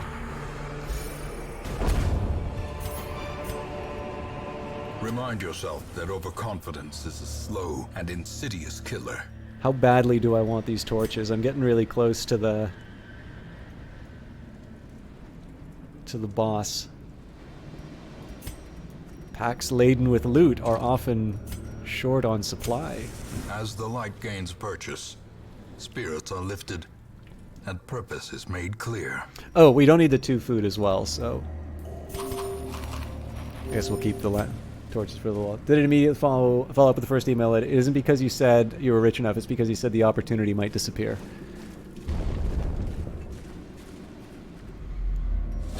I mean, the one thing that's good about you is, like, you're definitely really good in, like, again, like I said, working the angles and figuring out where you stand. So, you know, if you were someone saying is like, you know, I'm going to quit my job and go full-time indie game development, I'd be like, whoa, whoa, whoa, whoa, whoa. Like, let's slow down a little bit.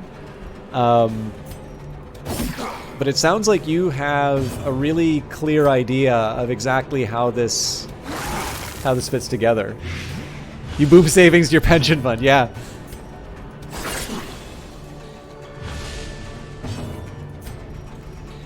Five around. I can't target the hidden one. The more pieces we got off the board, the less potential damage, so. And we now get to hew the scary on the grave robber. God damn it!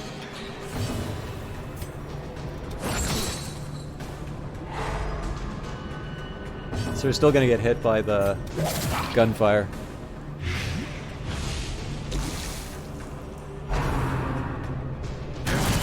Grievous injury, palpable fear.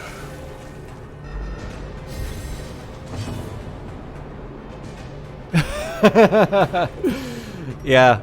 I mean, good on you though, right? Like, they kind of need to my view, like, they need to make it worth staying. Foolish horrors. and it's brought not low and driven into the mud. necessarily obvious. It's not obvious to me that they're succeeding in that. Okay, I guess now we need to... In Radiance, may we find victory. I think I'll skip taking the blood for now.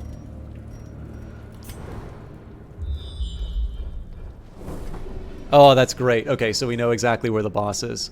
With that in mind, let's use the firewood. So first priority is to heal everyone up. Huddled together, furtive and vulnerable. Rats in a maze.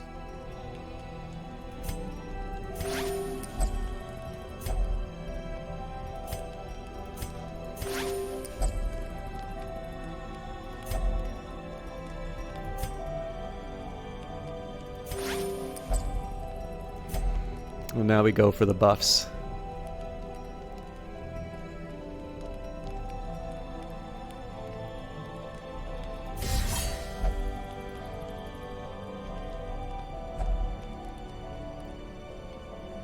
Oh my god, that is incredible.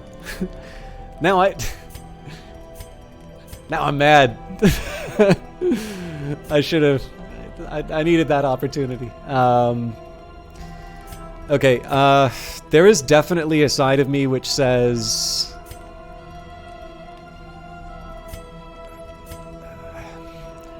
So, like, the resists are nice, but... Let's just maximize my health pool. I think we're just going to accept that stress is going to be a problem, and we'll see how well we handle the... How will we handle the Siren? Oh, god damn it! Worse than mere trickery What?! and boogeymen.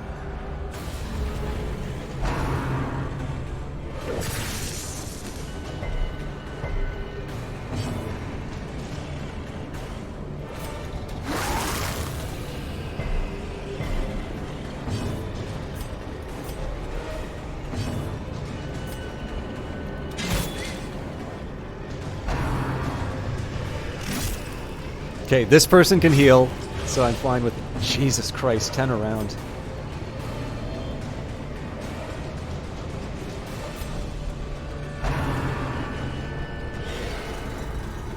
This is a disaster, lineup-wise. We gotta get Cecilia back.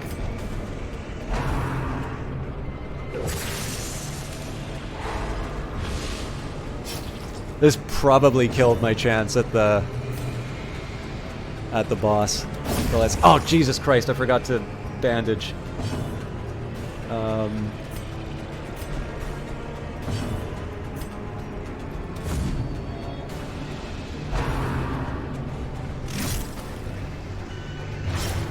Okay, so now I get to pick... Oh, Jesus Christ, that's 30 damage. That's enough to kill this guy.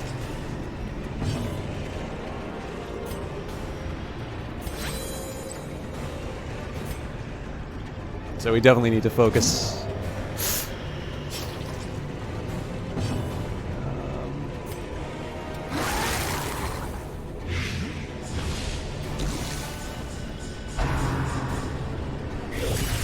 Death waits for the slightest lapse in concentration.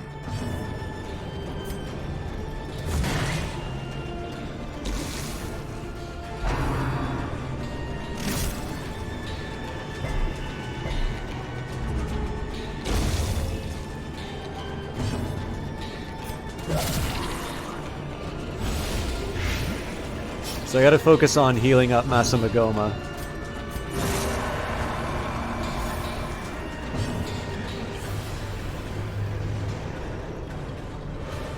I didn't know you won a poker tournament. Why is everybody so successful? I'm busy fighting for my life and I'm hearing about everybody's life. Life turning out well. Oh, that's incredible. I didn't know you played poker. I'm terrible at it. Okay, again, we just keep hitting Absolution. If we can avoid that Death's Door, that buys us some time.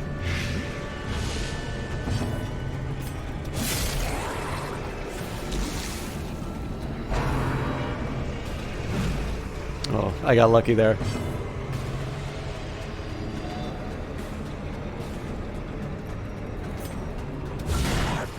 devastating blow. Okay, this should die to blight, so time to get some healing in.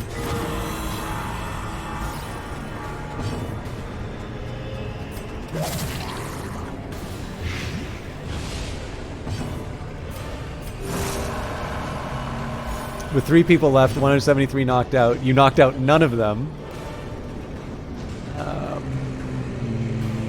Nothing is going to matter here.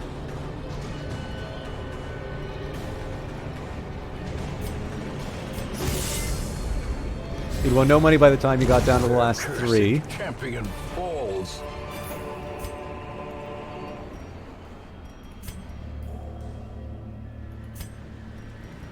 Okay, let's ditch the shovels.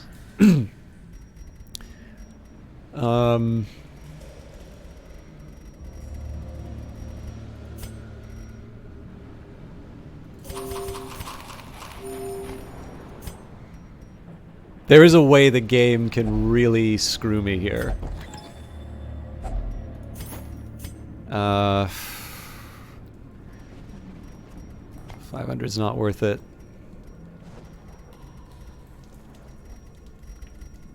Yeah, we'll go with this.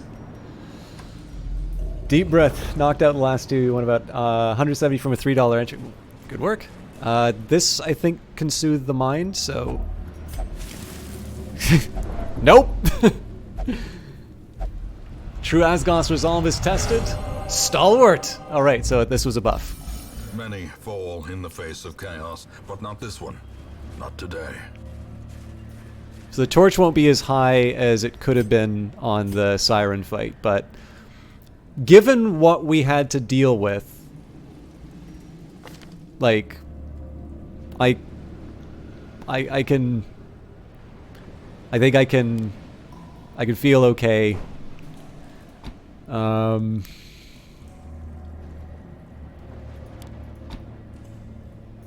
gonna focus on, yeah, these. Let's realign it. So I'm definitely gonna transform. Oh man, but he's got to be in position 2 for that. I did not think this through. Oh man. So if I transform him,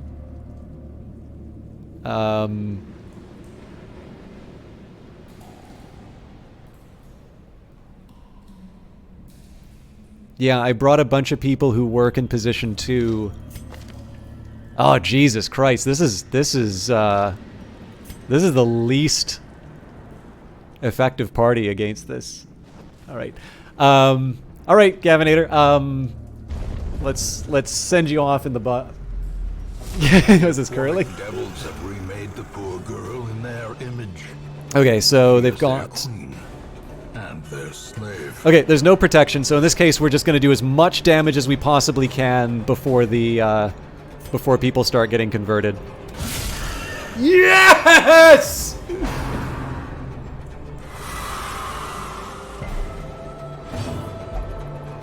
Merry Christmas to you, Gavinator. Please get well. Congratulations. I hope we're still able to keep in touch. Oh, this is a Vancouver Opera singer that you're hearing. And stay well. I really, I'm really happy to hear everything's turning out for you. What's their stun? 100%. So let's just go for the damage. And in this case, I'm going to stack up as much ticking damage as we can. They get 2 actions every turn, so ticking damage is going to help us a lot more.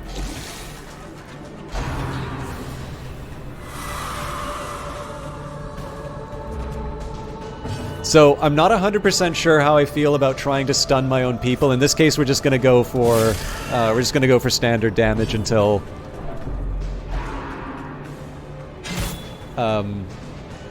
necessity dictates otherwise. Okay, the blight's a problem. Let's try the stun. No. I don't know when we get this person back. Okay, that bleed sucks.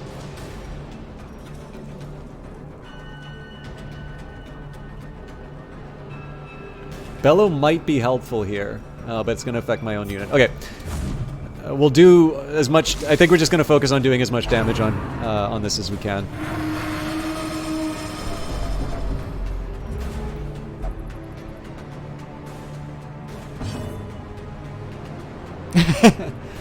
I mean, it's basically just the difference between whether or not people are listening to the loudmouths on, like, CNN or, like, they're listening to people who know a particular way of thinking about problems.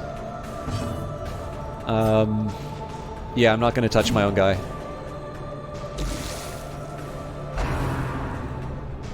The good news here is the individual damage that the Siren does is not that bad. There we go. But we don't get affected by the stress that would have normally happened. God, maybe we should mark the Siren. Let's still keep going for the damage. Yes! Have a good one, Gavin. Okay. Brace yourself. Oh. You wimp. Compassion is a rarity in the fever pitch. He's fighting the seduction. I think they're dead in 2 turns. No, and we're back to 4 damage a turn, so let's stack the poison up again. My brothers, I can feel their blessings. We got it.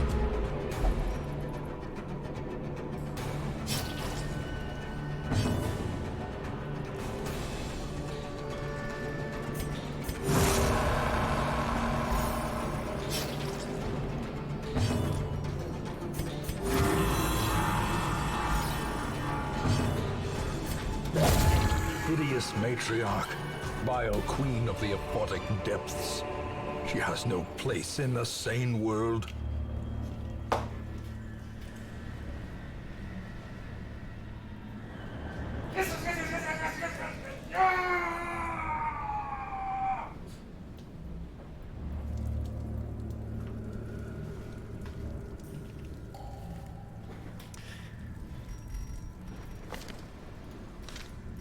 I like it when it all comes together. Okay, survival guide, warrior's cap, and a blueprint. I might be willing to give something up for it. So, 1,000 for the sapphire.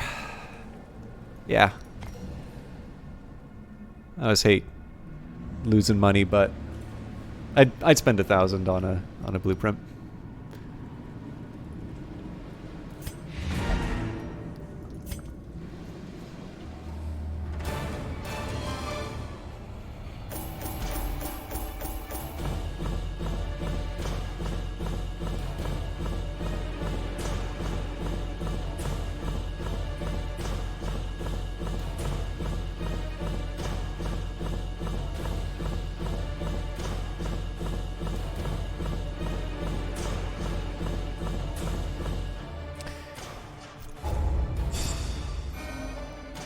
And 4 brand new level 6s. Masse Magoma becomes a fair weather fighter. Plus 20 damage if the HP is above 99. Alright. I am gonna have... In time, you will know the tragic extent of my failings. I think I'm gonna have a little break. So the tumultuous currents in the ether bluster with extra vigor tonight. The comet particulates vibrate with extra intensity. It would be kind of neat to go back to the Color of Madness, but I don't know. We're on a roll. So GNR / engaged in flagellation and recovered 100 stress. Lyraziter prayed and recovered 86. Misadent meditated, recovered 70 stress. Monko could not achieve a meditative state and has become frustrated. New quirk, Unquiet Mind, but they still meditated and recovered 70 stress. And Monfique has returned from their vision quest. 4 level 6s, and we have taken out the beguiling Siren. So the Sleeper and the Countess are waiting for us in the DLC. The Gibbering Prophet, the Brigand 16 Pounder, the Swine God, and the Formless Flesh. Oh, sorry, Formless Flesh and Drowned Crew are what's from the base game, and then it looks like four adventures in the Darkest Dungeon. Alright, but like I said, I'm going to take a quick break here. If you've not done so yourself, I'd encourage you to get up, stretch, take care of yourself, however you need to do that. That could be getting a drink of water, that could be just getting up from the computer and walking for a little bit. I'm going to run ads for a bit, and I'd love to... I mean, to a certain extent, it is nice to give people an incentive to actually get up and away from the computer. If you don't have an ad blocker on, for God's sake. I mean, there's some broadcasters who make a living doing this. Maybe you want to disable it for them. I do actually make a little bit of money off of the ads now, but not enough for me to say you should disable it for me. At this point, just take some time, say Merry Christmas Eve to someone who you haven't yet. I'm going to be back in a minute. See you then.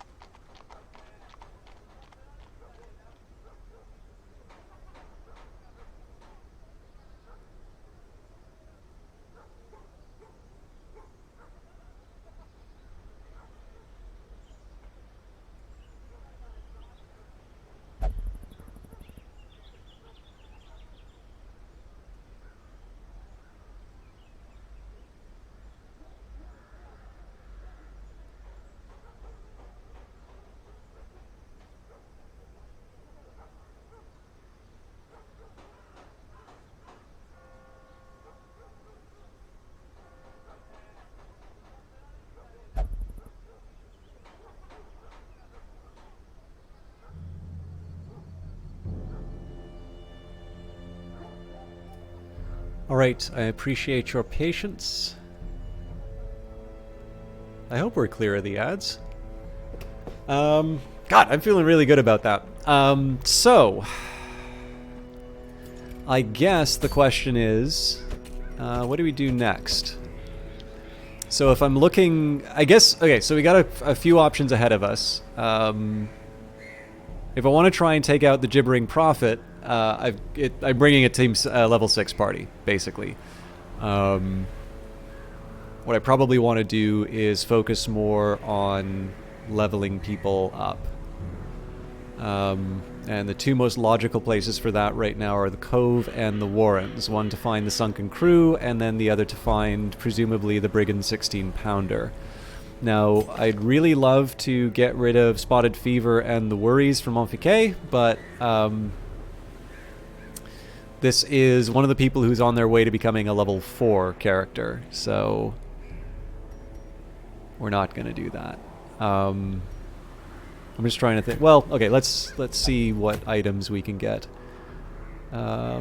Deeds or... Okay, so it's really all about the... Yeah, we'll go to the Cove. So I guess the next question is, out of... Oh god, there's so many level 3s. Okay, so who would I want to bring... Okay, Chatwood, definitely.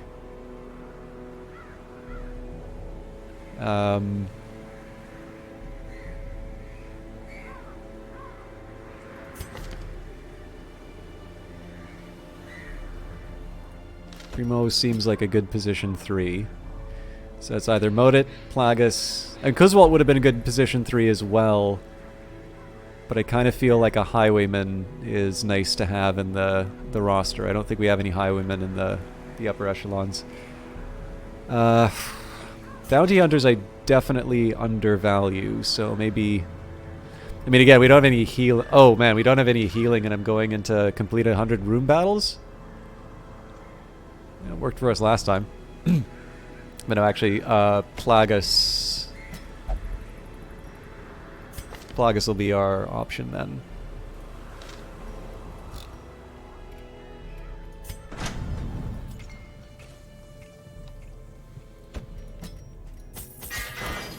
I'm doing okay cash-wise, so that's a little bit of good news.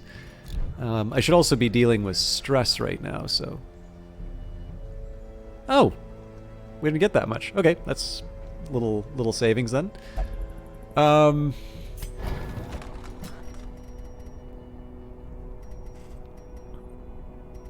I love Serpent Sway.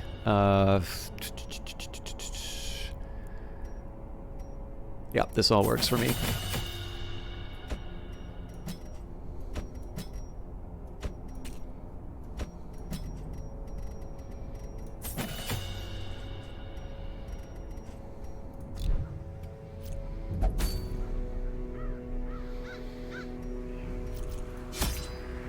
I don't think we're at a, like, don't bring torches level encounter, so I'll bring 8 and 2.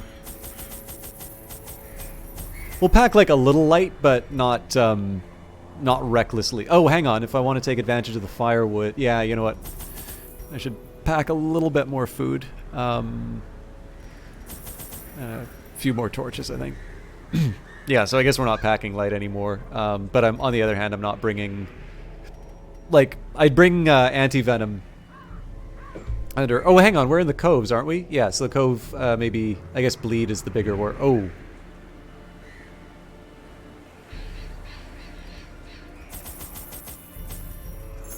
The bandages were actually pretty helpful last time, so...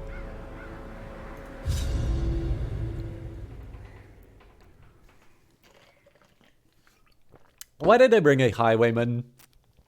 I know about the scaled skin. That's why we brought Blight last time. Hey, Joshy man, how you doing? These salt-soaked caverns are teeming with pelagic nightmares. They must be flushed out. 3 bleed-focused heroes in the coves. What am I thinking? All right, it's too late to change it now. We're gonna go in a... We're gonna kind of go in a little swirl like this, and then back around the other end. Same old, just watch The Matrix. Kittens being a pain in the buttocks. I hear The Matrix is very good. That's that new sci-fi John Wick movie, right? Awarded to the brave and the foolhardy alike. If Gavinator has to feel old, you all have to feel old. So Hound's Harry first. It's probably not going to inflict the bleed, but we might as well go for it. I completely forgot to change this ability, so we're going to have to handle that next turn. And Serpent Sway seems like a good idea.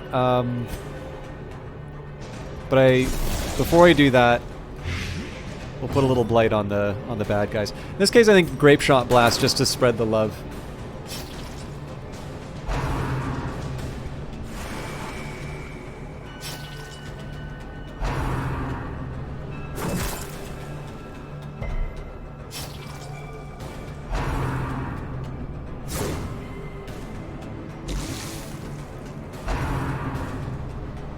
Alright, unlucky, but we can live with it. They're going to take some bleed. Okay, so Serpent Sway. I mean, it's not... We're never guaranteed that the Shield Breaker is going to be the one to get hit by this. But it's nice to have... Unforeseen. Unforgiving. It's nice to have some protection. And you can keep hitting the Flagellant all you want.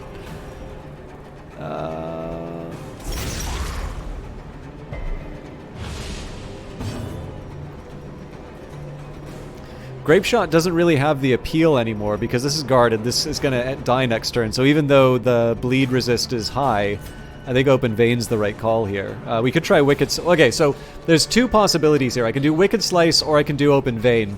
Wicked Slice, the argument for this would be to do as much damage as possible, recognizing that the bleed chance is low. The thing is, this is a 75% protection unit, so even though it's an 80% resist to bleed, inflicting more ticking damage on this is just generally the better approach, like what I'm comparing the two. So we'll still do Open Vein. And it paid off.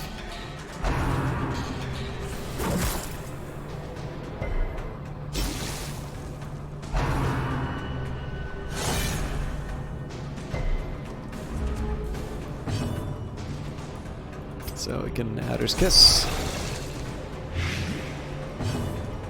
We'll still Hound's Harry. Press this advantage. Give So them no more quarter. bleed, so this character's down next turn. Or, well, down next action. Slowly. And This is how a life is taken. I don't think this buff's gonna...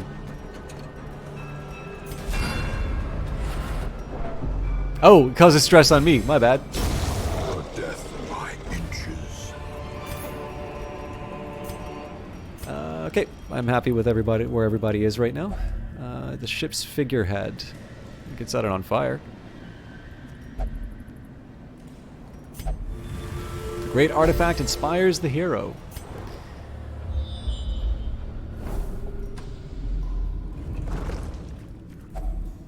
Bas relief. Message has a lasting impact on the hero. Warren's phobe. Alright. In Radiance, may we find victory. I don't quite want to give up a shovel yet.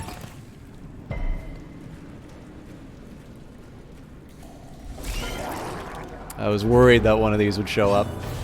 Ah, I forgot to change the ability.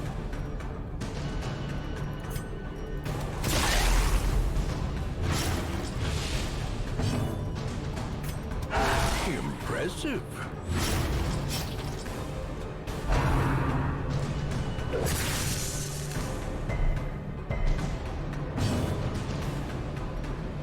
It is so tempting to just do to do an Adder's Kiss. But I'm going to start with Serpent Sway. Well, Adder's Kiss I couldn't do from position 2 anyway, but... Thank Christ. So, as many... Even if it's a low chance... Actually, this one's a 20%... okay, so this one's not resistant to bleed. Confidence surges as the enemy Make it crumbles. rain. How's their blight? Yeah.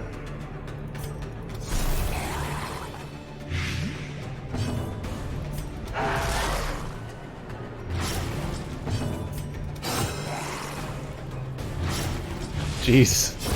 Great is the Still weapon not that cuts still on not its gonna own. die next action, but oh, please don't work. No. Definitely got to use the bandage on that.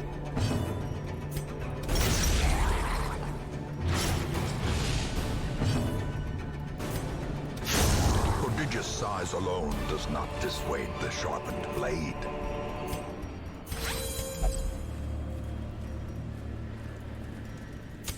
The light, the promise of safety. As the dev's Christmas present to me. Oh, wrong room.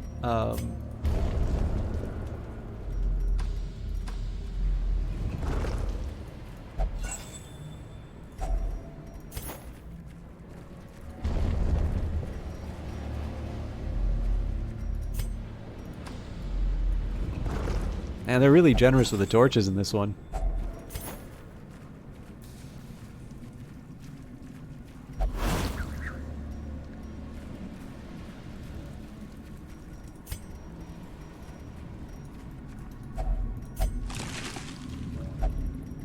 He's already piled with sickness, so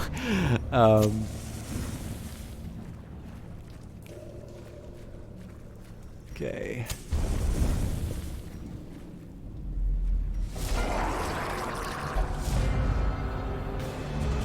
It's 100% room battle, so we're gonna have to fight. I really need to remember to get this guy's abilities switched. Right, I can't do Reign of Sorrows because they're both hidden. Well, that's fine. We can just beat the crap out of the Uka Crusher, which is probably the priority anyway. A singular strike.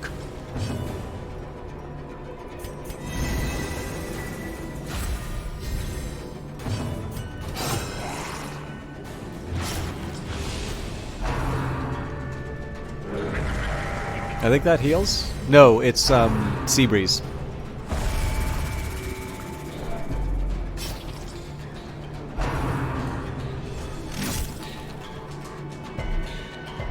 Nice. So again, pile on the ticking damage.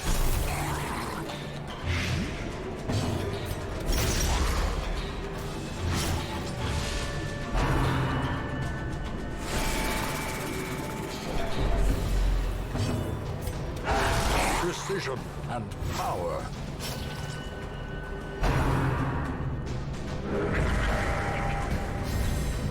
Oh my god.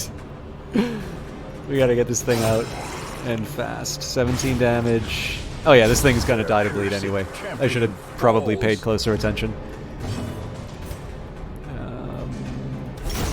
Continue the onslaught. Destroy them all.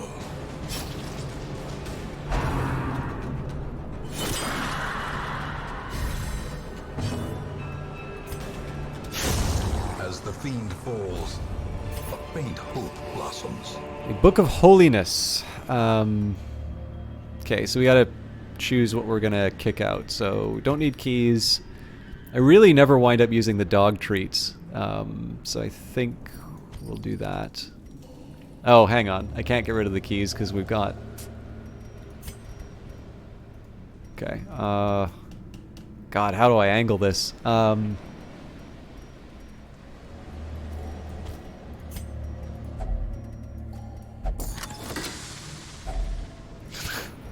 That does not make the decision any easier.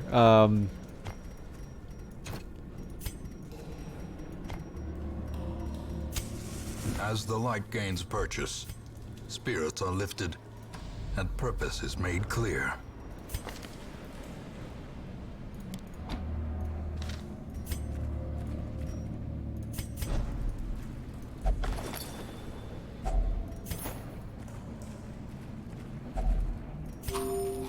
We've got more than enough food, so I either need to camp or ditch the firewood.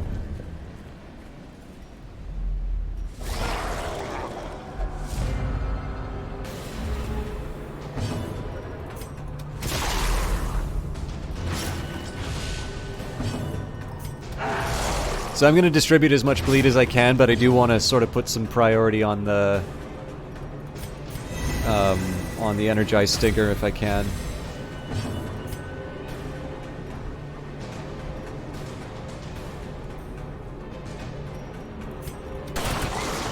That was a good hit on the stinger. Of all the things I could have healed, that's probably the one I'm the least worried about.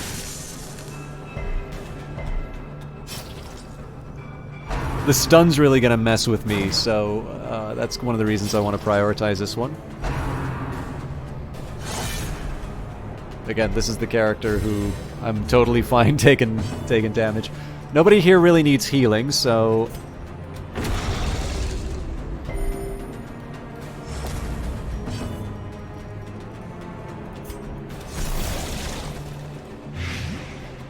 Yeah, so I ran a risk that I'd give them an action. Seems like we survived it, though. So I'll probably do a Grape Shot Blast and then the Hound's Harry again. Yeah, didn't need the... I'll still do the Hound's Harry just because it, yeah, it hits all the fishies. This might pull him up. Nope.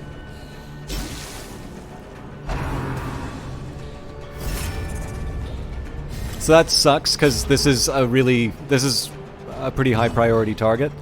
This should die next turn.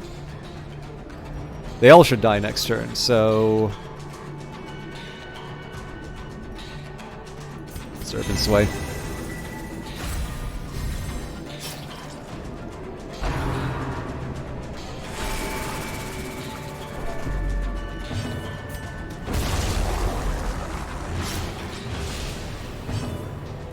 And we'll take the chance to heal because these two are going to die. A devastating blow. Oh wait, sorry, he doesn't have the debuff on him. I should have been paying closer attention.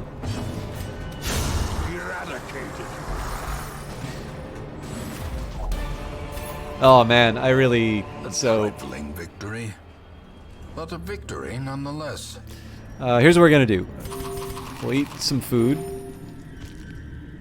I'm not ready to give up the shovels yet.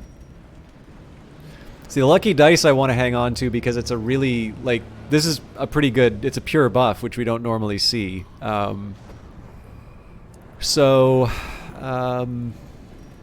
We can trade out the citrine for emerald, seeing as they're worth more anyway. Actually, probably what I should be doing is switching it out for gold, seeing as I'm more likely to see more of that than emeralds. Oh yeah, actually, so I need 2 more emeralds to make that worth it. So yeah, I am actually going to get a stack of gold, and then we will ditch the firewood because we're just opening ourselves up to retaliation from, or an ambush from the enemies if we do that, if we camp. Which also means I can probably be a little greedier with my my food. Great artifact inspires the hero. And now we head back.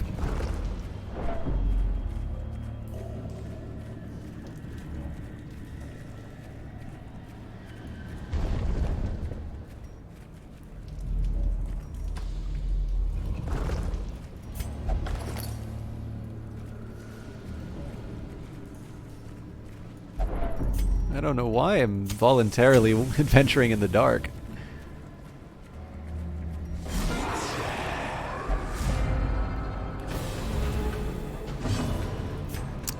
I think good old-fashioned punch to the face works here.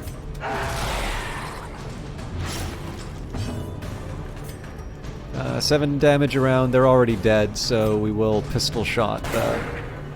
We will try to pistol shot and fail. In this case, this should be a pretty brief battle, so we'll do the damage where we can.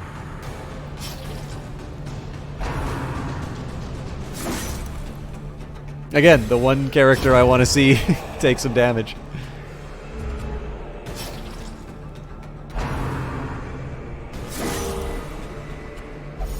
As life ebbs, terrible vistas of emptiness. Okay, so here we're going to Serpent Sway because we really need to make sure that Plagus gets his heal in.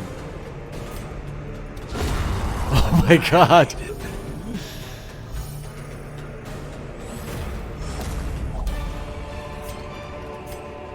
As victories mount, so too will resistance.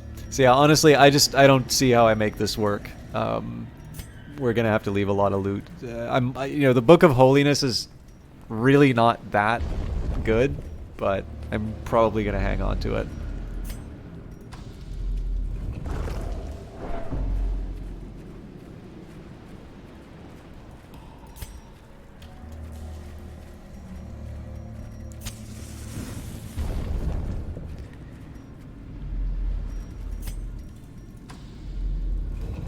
traps. I think it's the Highwayman. Actually, Houndmaster also surprises. Yeah, Highwayman's the trap destroyer.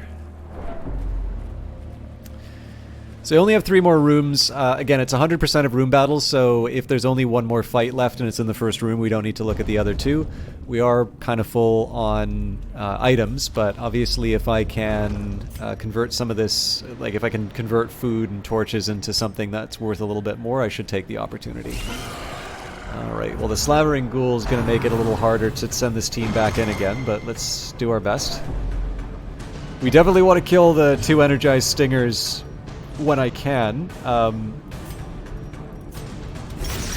because they're gonna, I mean, they have the potential to knock out half my party on any given turn, and especially on someone like the Flagellant, who's kind of relying on being able to heal. That can turn into a death blow real quick. 2 per round. Let's go for the open vein and seal the deal. Adder's Kiss on the Ghoul. So, I mean, we brought the bandages for a reason.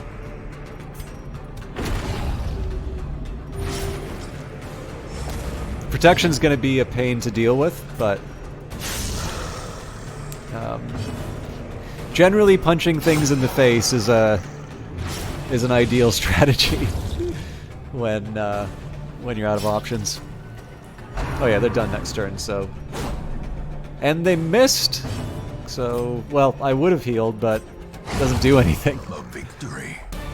Perhaps the turning point. Okay, this thing's worth 4,500, so even if I get rid of a stack of gold...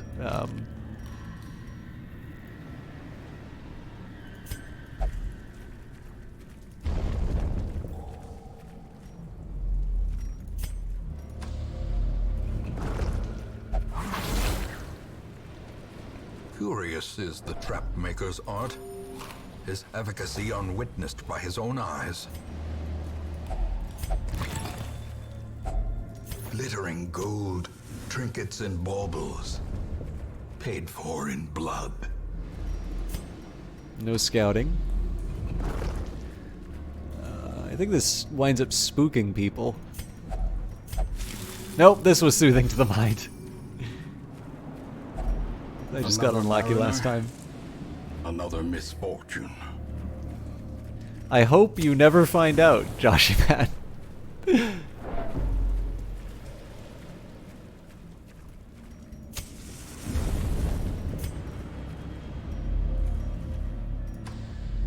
Well, they're certainly burning me through, burning my torches, but I don't think I'm ready to give up food yet, so we're probably gonna have to say goodbye to the 600 gold. I really need to start pop. Actually, that was the worst character to put that on because I already have the Serpent Sway, which reminds me. So just as well that I didn't get rid of the food.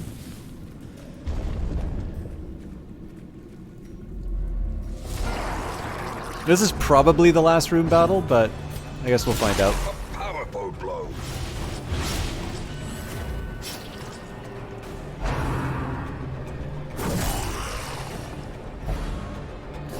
Okay, that's sort of inconvenient. I think the shield breaker's actually not... Oh no, Pierce saves the day.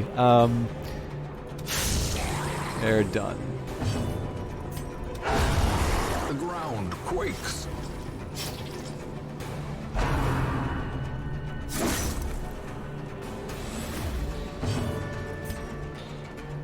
Now he can Grape Shot.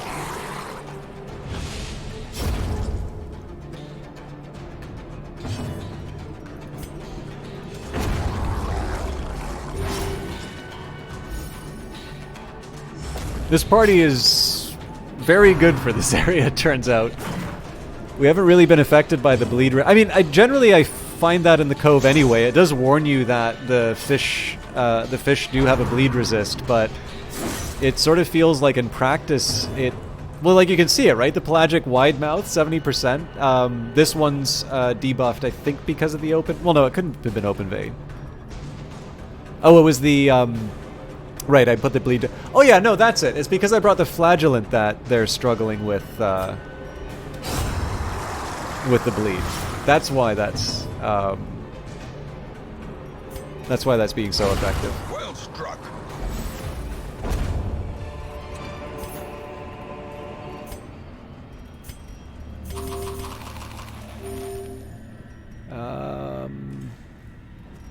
Kill the torches.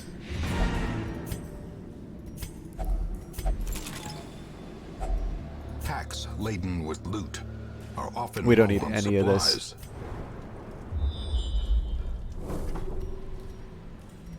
Let's go for the curio because I still have some bandages that I can switch out for stuff.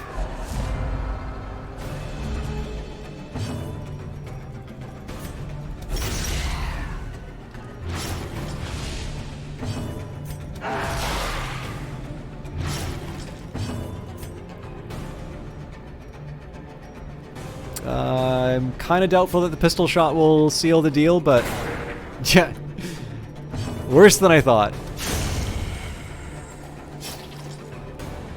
Obviously, the precautionary shield breaker hasn't been doing wonders for us, so we're gonna change it.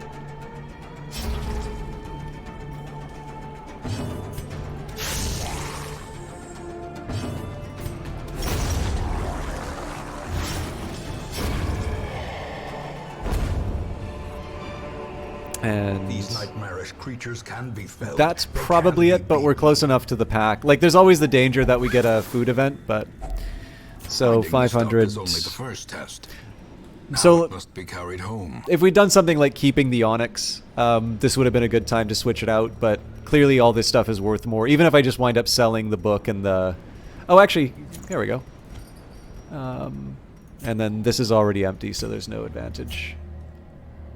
The pungent odor abates. The things are driven back for a time. So that's a good day's work. I also don't think we put that much money into it, so we're up something like, I don't know, 24,500 it looks like.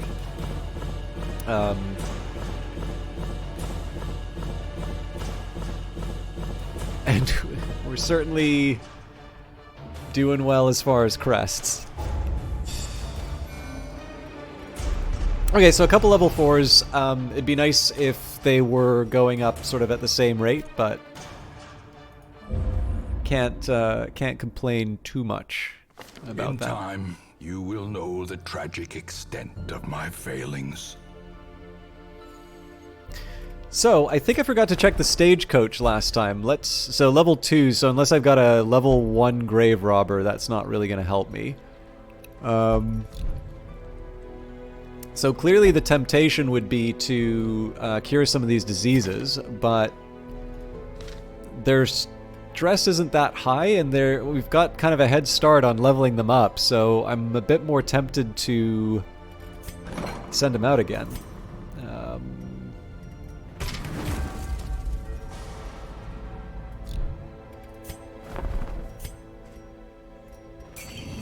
Alone in the woods or tunnels, survival is the same.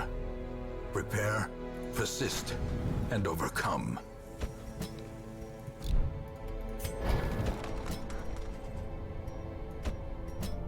All the same. Yeah, so, I mean, unless I want to start trying to get rid of certain traits on people, I think we just jump ahead. We'll stick this in the loot pile. I guess I should probably be equipping.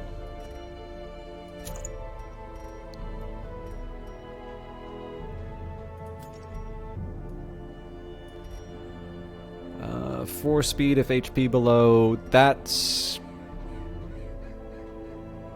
basically a must for this character. Well, that or Eternity's Caller. Yeah, I'm happy with that. Chatwood's already loaded out. Alright. I've taken care of my people.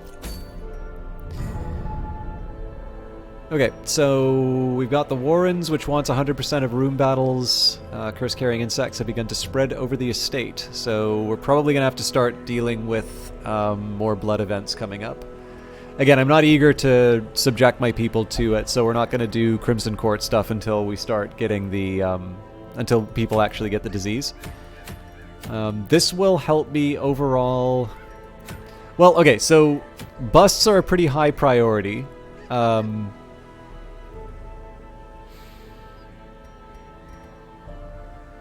Explore 90%.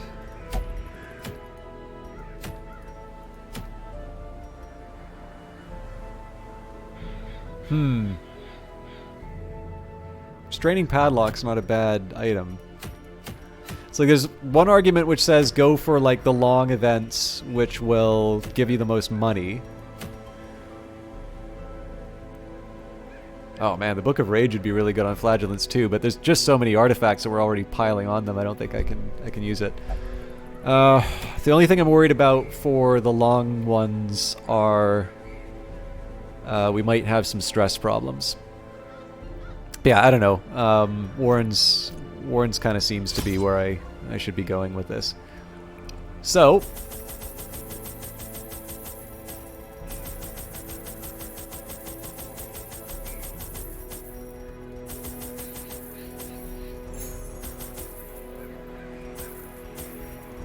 basically max of everything and hope for the best. We'll probably wind up throwing away one of the firewood, but that's life. I'm not gonna get too upset about that. I think one of them became a Warren's phobe in the previous run, but I generally ignore those quirks. To prosecute our war against the swine, we must first scout their squalid homes. It's not the worst layout I've seen. I do suspect that they have some sort of... I think they've got a quirk to the generation that makes sure I can't do this. So, like, I kind of want to do maybe something like this. Actually, this is probably the best option because it's a 90% of rooms, and this just automatically leaves it. Yeah, we'll do this.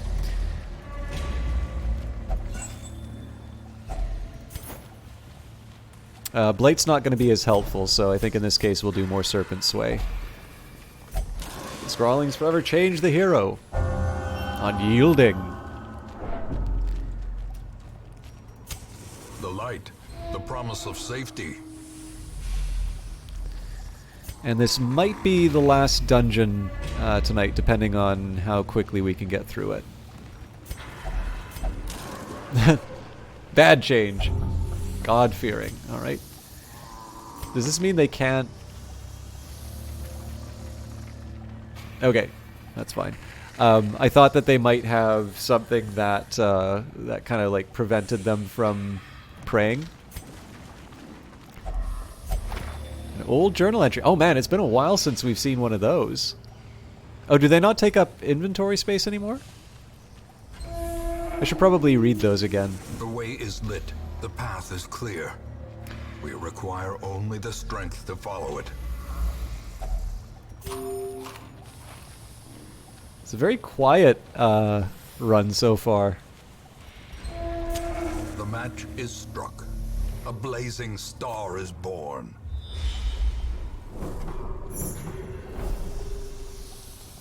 Alright, so this path makes me miss the secret, so I should change my... I should change my path. So we'll go up and around like this, then we'll head... Yeah, it'll be inefficient, but I do want to check out the secret. So one of the reasons for using the Highwayman for that is the stress heal. It's not, like... In Radiance, may we find victory. It's not the sort of thing you'll, like, build a full strategy around, but... Oh! We can't go up... What am I thinking? Okay, that's fine.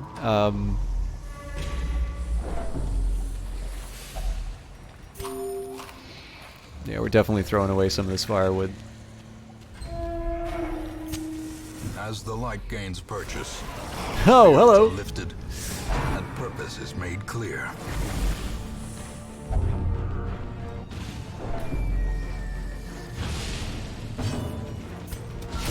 Precision and power.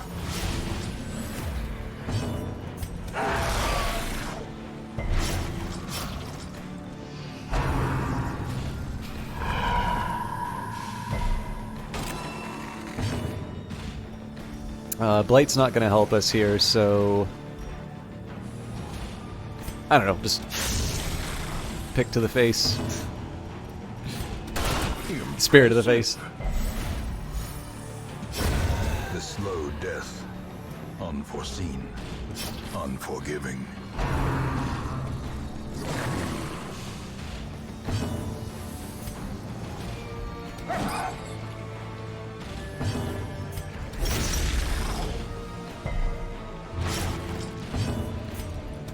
Press disadvantage.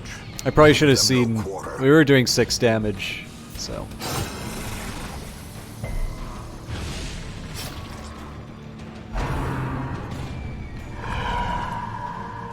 I suppose at this point, if we have any buffs that I can get, now's the time to use them. Or not. Victory. Perhaps the turning point.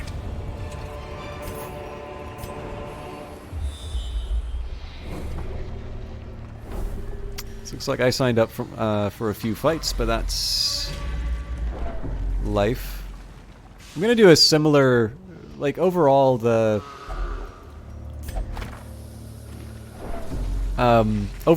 path isn't gonna be that different from what I had before. It's just a slightly different ordering. You're an expert Stellaris player. You must be an expert at Darkest Dungeon. Is that the is that what the overlap is? Also, Merry Christmas and Happy Boxing Day. I don't know if you actually have servants that celebrate Boxing Day. I do not have servants, but thank you nonetheless. Very Merry Christmas to you. I don't know if you're in a place that celebrates Boxing Day. I'm gonna guess, given that you know about it, you probably are. The ground quakes.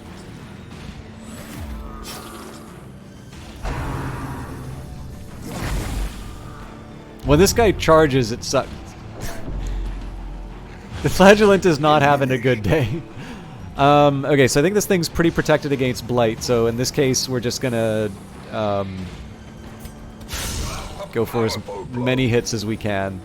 Because if this guy charges, it's really gonna suck. Ah, fair enough. A decisive pummeling. 10 around, we're almost there. So this is the one time the shield would have been helpful.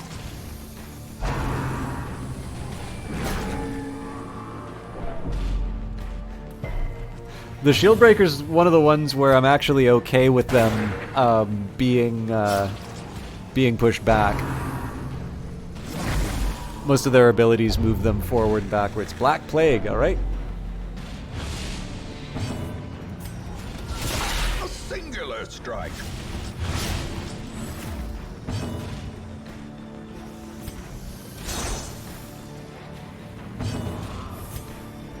This is just to spread the love. Dog might catch something, but Champion falls. I'm pretty sure they do, but I wouldn't know offhand. As the fiend falls, a faint hope blossoms. So if we had herbs, I'd feel a Remind lot yourself better that about. overconfidence is a slow and insidious killer. I'd feel a lot better about the makeshift dining table, but screw it. Search it. Meat is not fully cooked. Tapeworm.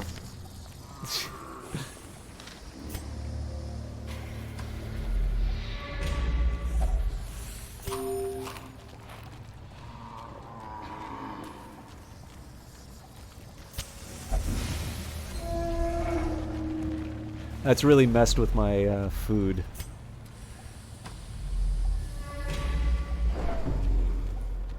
So I gotta be careful here. I'm just trying to get to the secret room.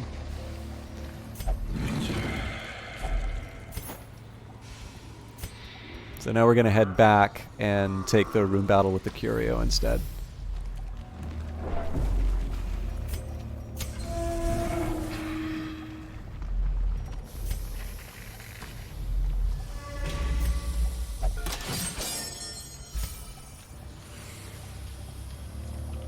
As much as I'd love to reduce stress... Ah, damn it.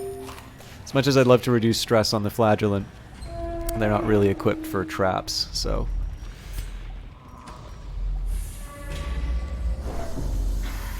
I'm pretty sure I gotta get rid of both firewood at this point.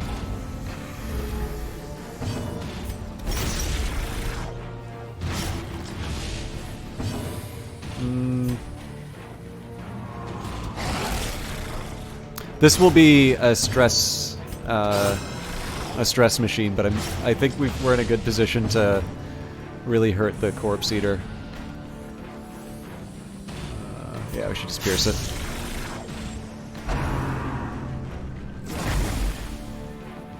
Like, it kind of sucks that they're able to mess around with me, but getting that thing out of the way opens up all the other attacks that I can do on the pig. So, like, this thing's not going to survive to its next turn. Eradicated. Ooh, that food was Foolish horrors. much needed. Brought low and driven into the mud.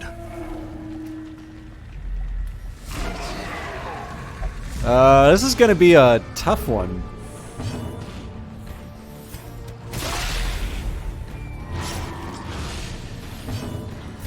Stack as much bleed as we can, but this is going to be a long and grueling fight.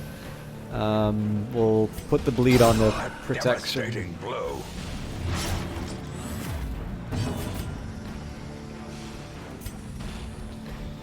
Who's the weakest? Obliterated. So this will kill my torch, but right now I want to get pieces off the board. Exposed to a killing blow.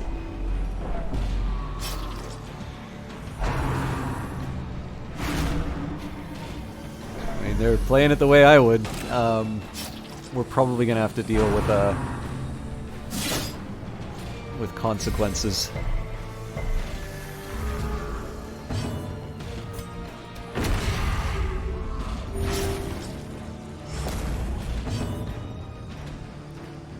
Around 5 around, so Confidence surges as the enemy crumbles. now we focus on the Enchantress, but we potentially, well, we definitely have a moment, but we have to lose another torch.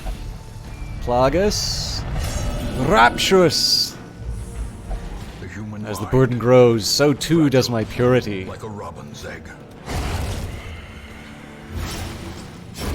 A death by inches. Okay, so in this case, I think we're just going to straight up abandon the firewood. Well, you're already swimming with disease, so the herbs kill any disease harbored in the food. Oh, man. That's welcome. I mean, now we could use the firewood, but...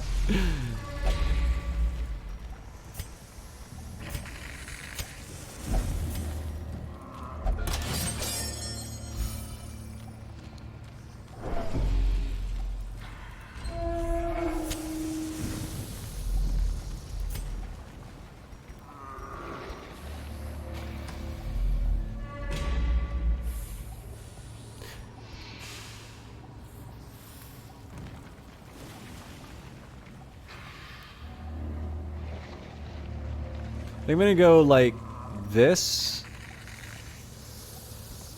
then up here, then back down. I don't know. I'll figure it out later. I feel like we can afford to ditch the food. I can probably get rid of the dog treats too, because I tend not to use them a whole lot, but... Oh, I should have fed the shield breaker.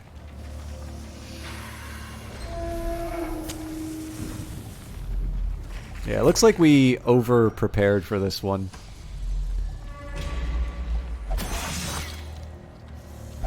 Mechanical hazards possessed by evil intent.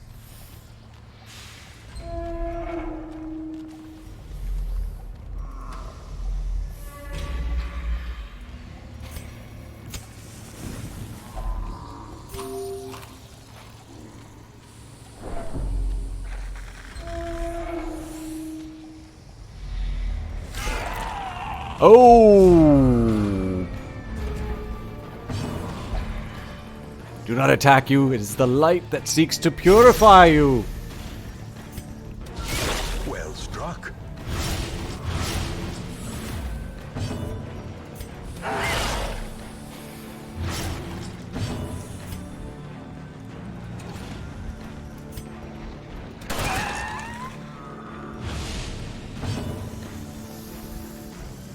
This one's down.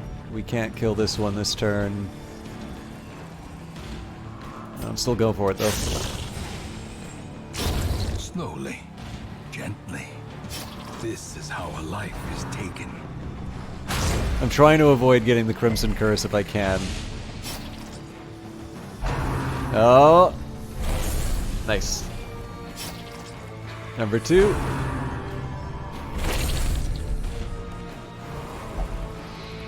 Where faith goes, the blood must follow. Didn't get the curse.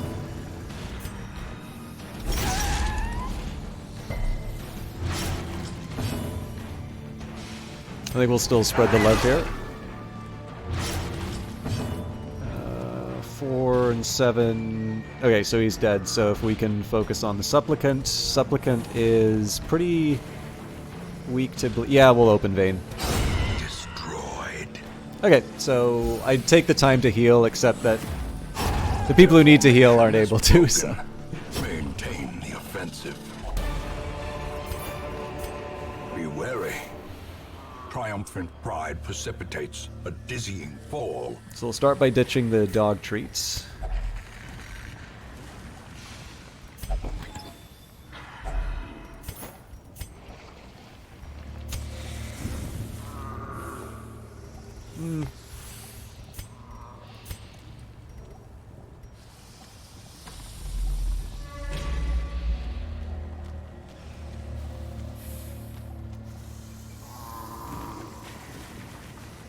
We're gonna come back for this.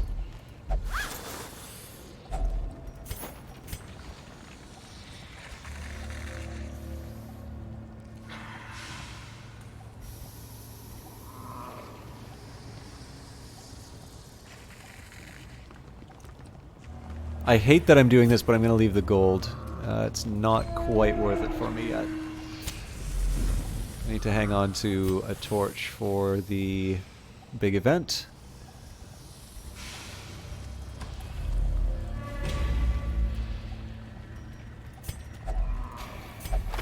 Reading a few pages has a lasting effect on the hero. Stress faster. Mind that such missteps are the exception, and not the rule.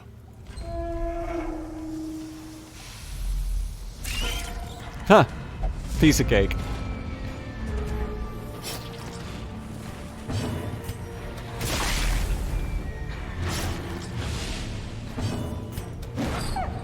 Not a piece of cake anymore. Continue the onslaught. Destroy them all. So they may stun, but they're less likely to poison. Well, I guess they all can poison.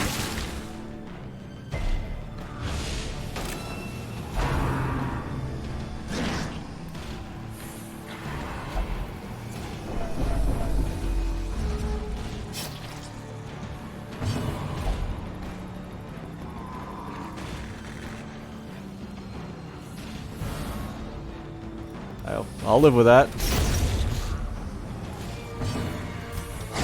Be gone, fiend. Oh, 12 These nightmarish crests. creatures can be felled. They can be beaten. Again, I gotta keep one torch.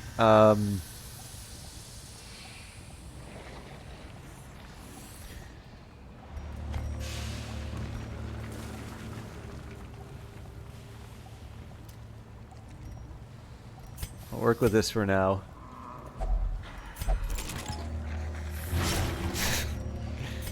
Just pile on the bleed.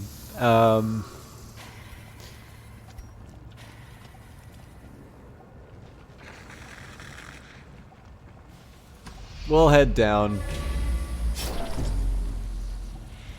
I guess it doesn't really matter when we pop the torch.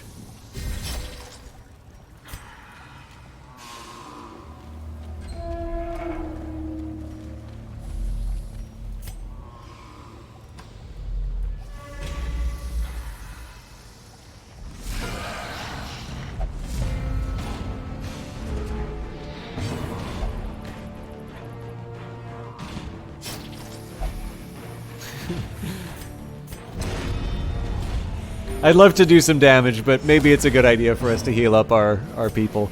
Oh man, this is a tough one. I think let's focus on bleeding out the Slavering Ghoul, because they're a bit of a stress... Well, both of them are stress monsters. But let's get the Shield Breaker to put the hurt on the Swine Spawn.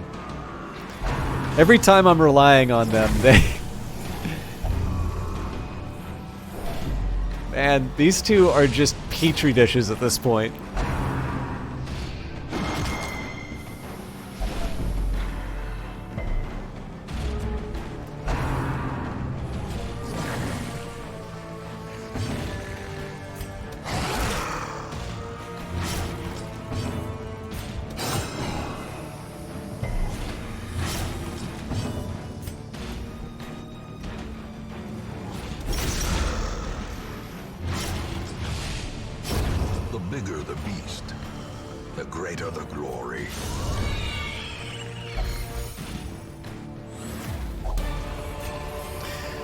Oh god, I want the crests. Push on to the task's end. Goodbye, antidotes. Keeping the torch.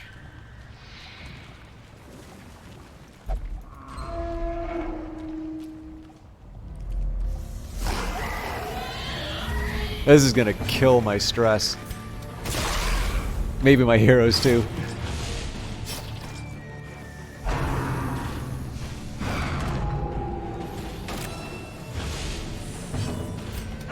Bleed it all out. Hound's really, really good in the Warrens.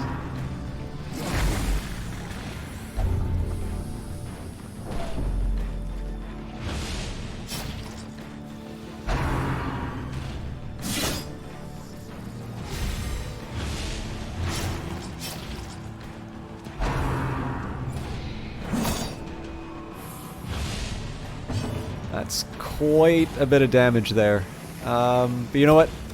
I think we're still... Yeah, I'm still feeling okay about this. I am, however, going to do Serpent Sway. Which loses me a little bit of tempo, but we will get that back. Oh. Probably better to heal my own people.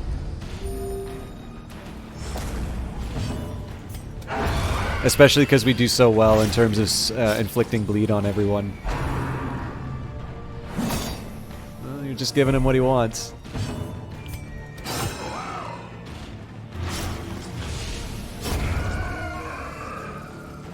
They're all gonna kind of auto-destruct at this point.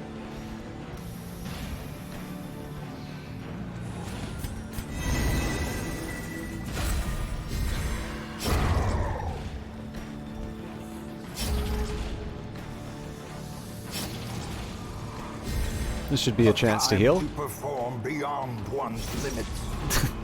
Well, I know who I'm using this on. Hey, Coswald, thank you very much for the bits. I almost put you in this. A trifling victory. I almost put you in this group. But a victory, nonetheless. But I wanted more bleed for the. Well, I guess jesters do bleed, but I didn't think I was going to need the stress heal, and boy was I wrong. I hope you're doing well. We're actually getting ready to wrap up reasonably soon, so I apologize for what will likely be an abbreviated broadcast for you, but I still appreciate you hanging out. Would I give up 1,500 for crests? We have a lot of... No, wait. Can't I? Yeah, that's fine. We're going to continue adventuring because I like doing foolish, beautiful magic.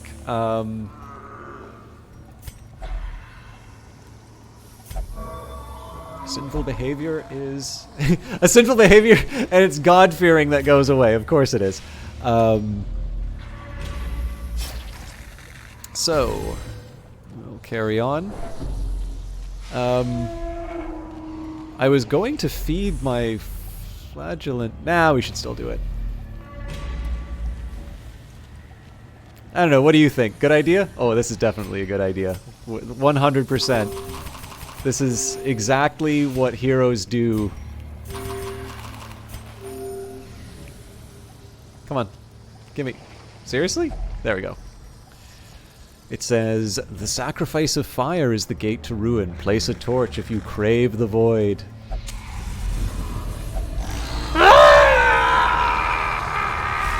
Behold the infinite malignity of the stars.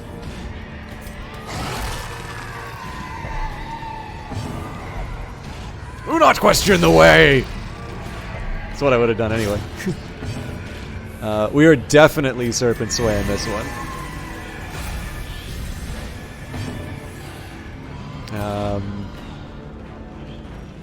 Yeah, I don't know. I think inflicting the bleed is worth it.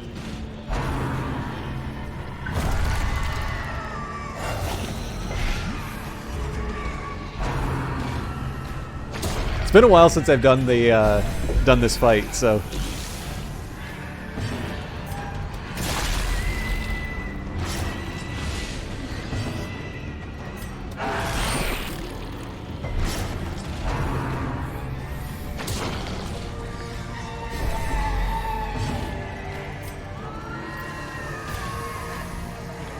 Protection 33, yeah.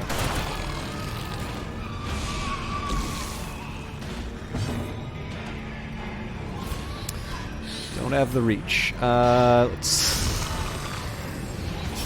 stab.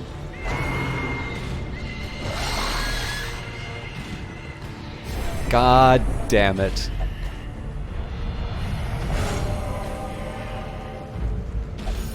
Many fall in the face of chaos, but not this one. Not today. Ooh, they gotta get up front. Oh, sweet. Alright, I'm not gonna complain about that.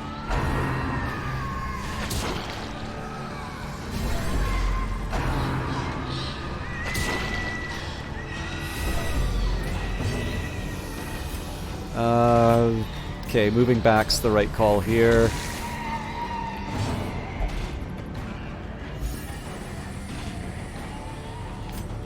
I think I took on more than I should have with this one. We're not doing enough damage.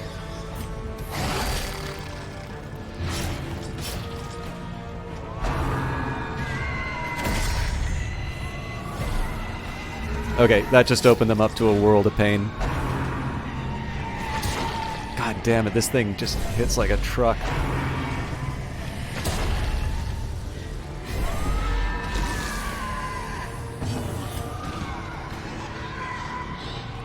So this is the better call. This opens everyone up. I'm thinking we Adder's Kiss this. Masterfully Yes. executed.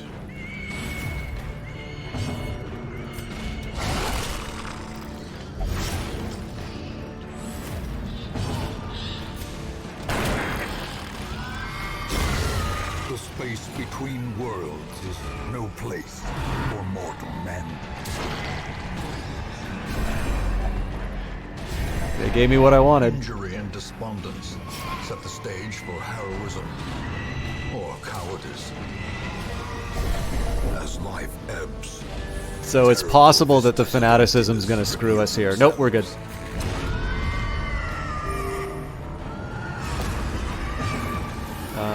I think Hound's Harry's the call here. And we give up on Serpent's... Oh, we've already used it up, too, so... We just do as much damage as we can and call it a night. Ah, god damn it, really?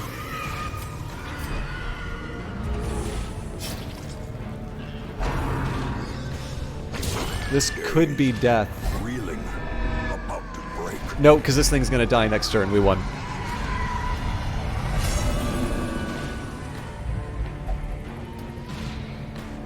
Unless my Fanatic... No, my Fanatic's not gonna screw us.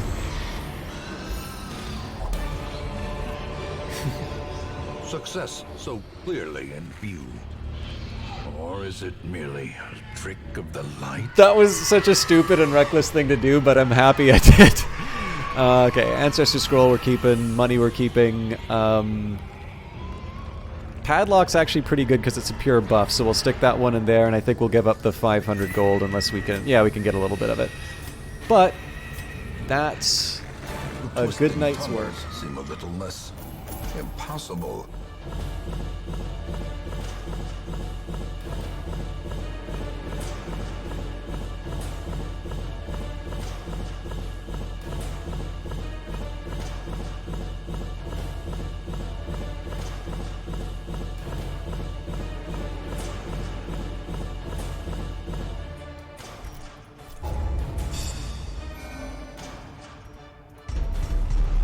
Everybody's sick.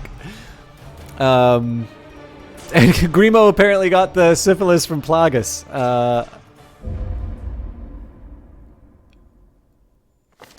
remember days when the sun shone and laughter could be heard from the tavern. Okay.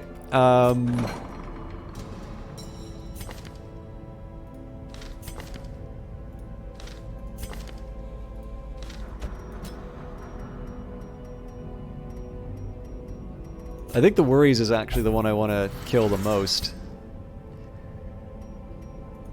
I think we're going to be waiting a while on the treatment. Black Plague is just a disaster across the board, so...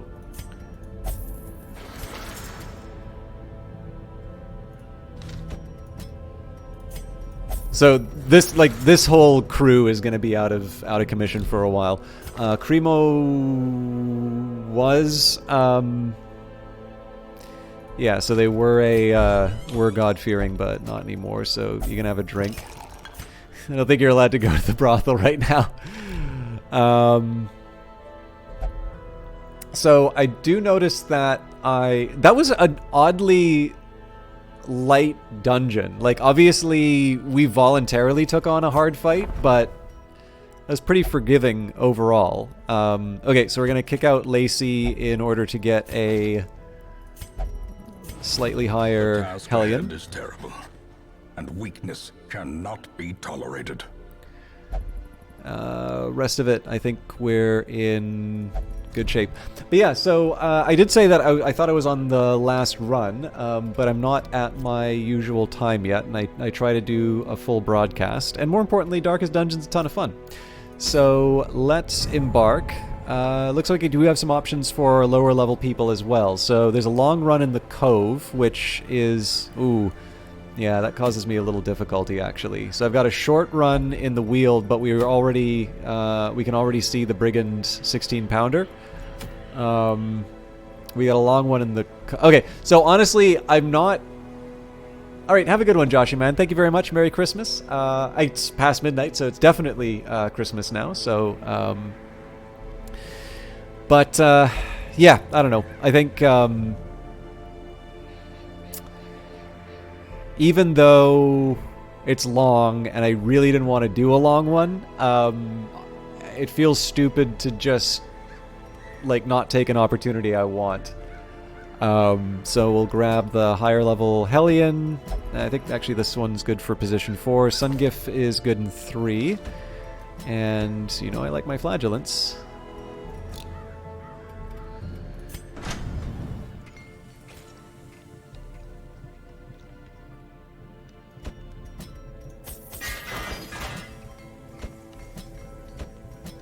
Cool.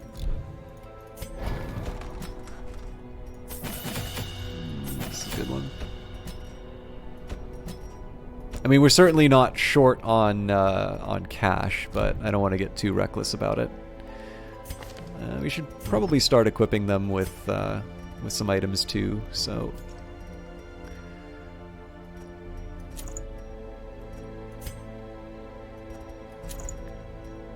Seems like a good combo to... actually, I'm not even going to consider the others for this this one.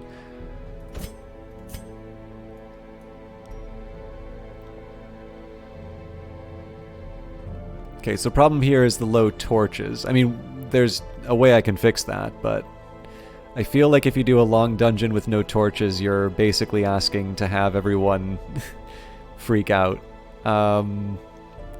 Okay, a little more weak to stun, but I think I can live with that. Let's see if we can do something to compensate for the stun.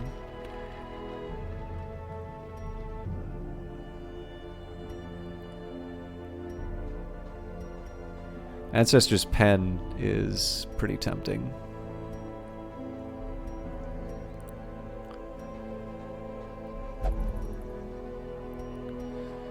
Let's see if we can find something to compensate the stun before we...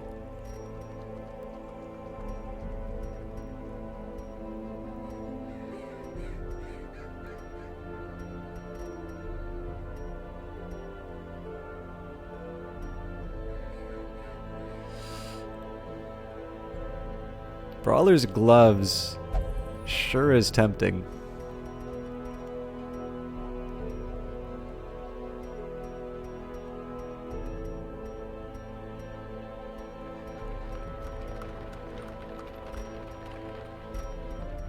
Okay, so that hurts my dodge, which is not bad.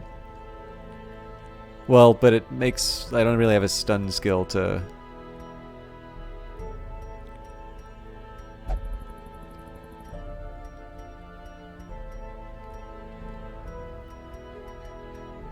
Okay, you know what? We'll just go all in. Let's say... This is the Brawler's Gloves, right? Oh, that reduces my crit? I don't think that's right on Hellion. Yeah, it's a little... I didn't exactly think that through. Okay. I mean, Warrior's Cap's not terrible. It just feels a little weak to put on a... Yeah, you know what? Let's do it. Sungift's already dual-wielding wands.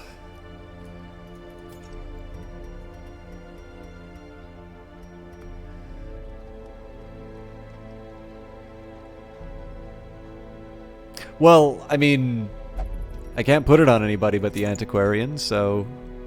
And I think we lost the last one that we had.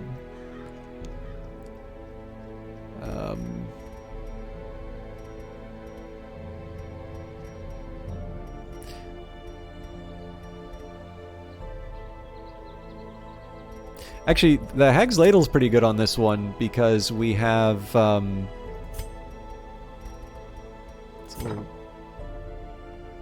yeah, we've already got Festering Vapors, so this might wind up being a nice little combo. Alright, it's a nice little pack of abilities, actually. Okay, so I've got the cash. Let's just make everyone calm down a bit.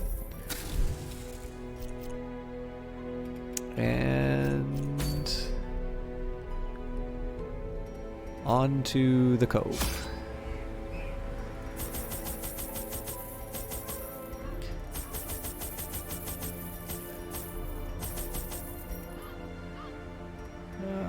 We should definitely bring bandages because of the pincers. And we're still rich, so... Tentacled lurkers lie in wait just below the water surface. Tread carefully. So at least this one's not like 100% of room battles. The smell of rotting fish is almost unbearable. I mean, it's pretty much a straight line. Let's clear out these 3 rooms just so we never have to go back. I don't think the torch goes down as far when you have to retrace your steps. Oh, this will be helpful. So if we have like 2 fights, we can maybe skip. Okay, looks like it's pretty calm. I don't think we have anybody who's good with traps, but other than that... Antiquarian's 20, Occultist is 30. Yeah, so the Occultist is probably going to be the best one with trap. Well, or the Hellion. I'll do the Occultist, though, because they...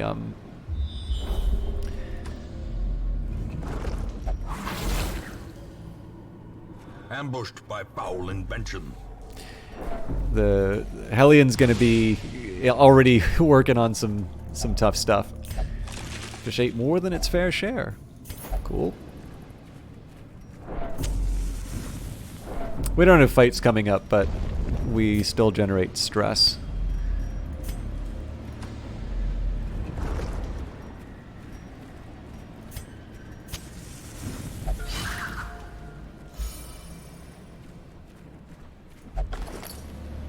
Well, that would have been good except for the fact that we're at the end of a hall, so...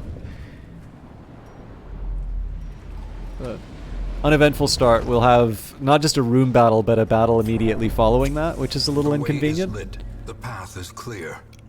We require only the strength to follow it. I do have the option of the firewood, but I'm probably going to drop it like I normally do.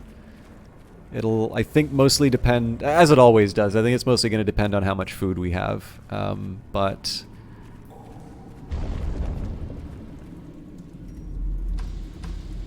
probably I think probably the reason I underutilize the camp is I actually think the probability of ambush is enough of a disincentive that I tend to just kind of focus on the sorts of things I can bring that have guaranteed outcomes, or as close to guaranteed as I can manage. He's been doing pretty well with the traps. One mishap, but... The match is struck.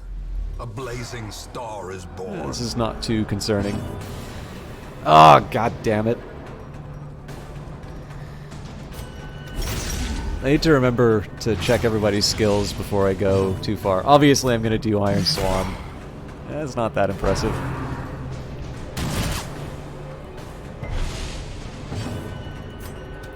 Press this advantage. Give them no quarter.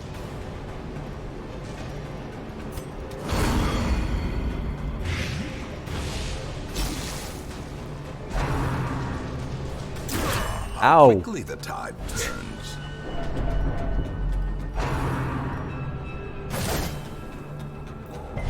That Hellion had a terrible turn. Oh, Reclaim's actually not that bad of an ability. I don't think I'm gonna break through. We are gonna take our chances with weird reconstruction, though. Nice. This guy's already dead, so 7. Yeah, we'll nervous stab, because chances are at least one of these people are gonna get a hit on them.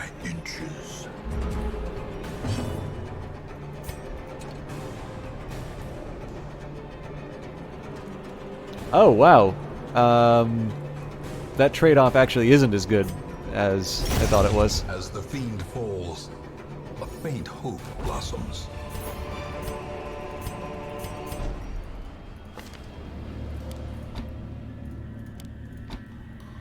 Like I said, I'm sort of set in my ways. Adrenaline Rush probably is the right... Yeah, I didn't equip anything else. Well, Bleed Out. Okay.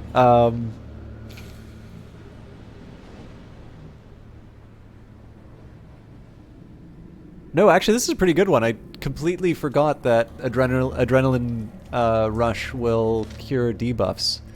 I probably didn't need to bring so many bandages if I was paying attention to that. So let's see what the next fight is. Looks like we don't have to deal with the fish people. Impressive.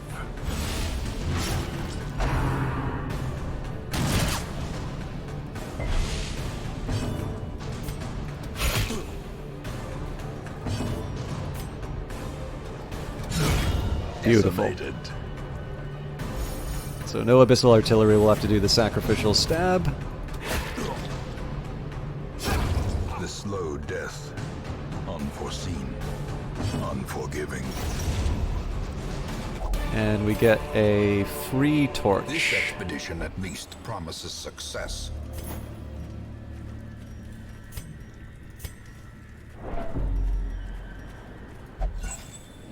So I should get the Antiquarian to be picking up stuff. Trinkets and baubles. I keep forgetting, if I recall correctly, when the Antiquarian is the one opening things, you get treasure. But I reflexively choose other people. Uncle Cranky, Merry Christmas to you. I hope you and your roommates are doing well under the circumstances.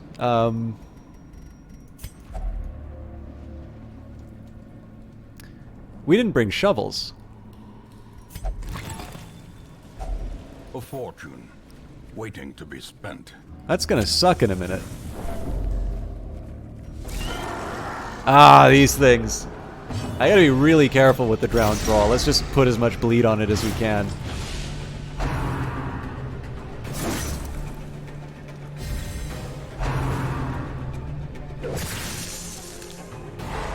Well, there's that penalty to stun.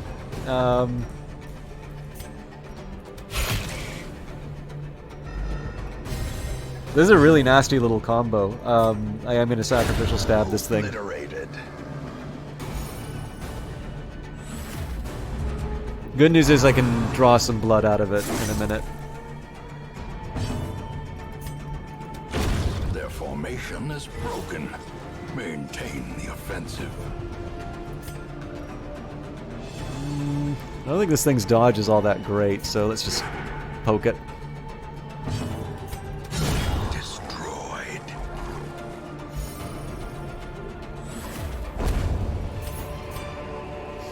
As victories mount, Yeah, we don't so need the too will anti-venom. resistance.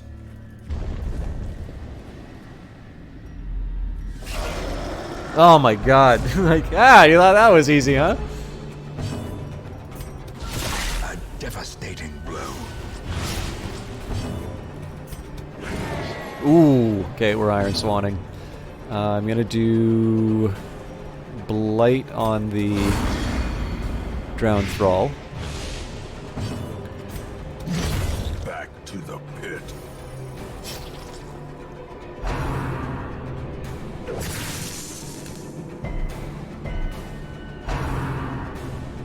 Oh, Jesus Christ, that's a... Oh my god, that's a really, really tough one to deal with. So, like, this thing blows up in the Revenge, and I don't know how I'm supposed to get around that guard. I know the Hellion... No, the Shieldbreaker has that, not the Hellion.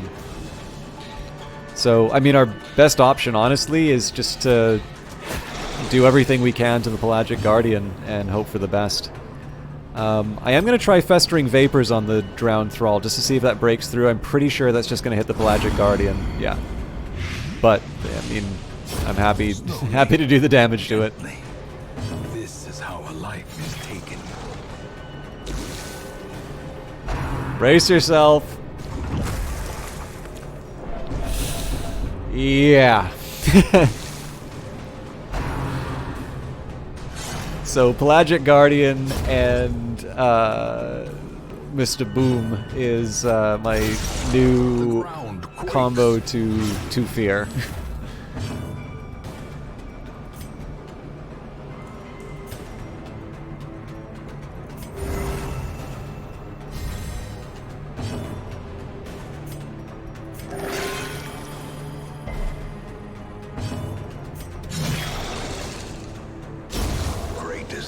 That cuts on its own. We're in decent enough shape, so I think I'm going to camp.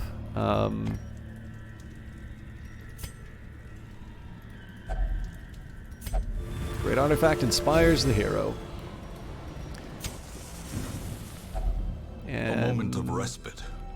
A chance to steel oneself against the coming horrors. I'm a little worried about my overall food stocks, but the extra HP is not a terrible trade-off. So I am going to do the Unspeakable Commune to ensure that we don't have any nighttime ambushes. And then I think in this case here, I completely forgot that they can remove disease by camping.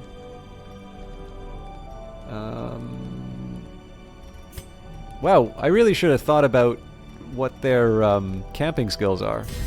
So yeah, in this case I just wanted to do a bunch of buffs, but it seems like that's not much of an option. I wonder why the extra stress would be something that I would want.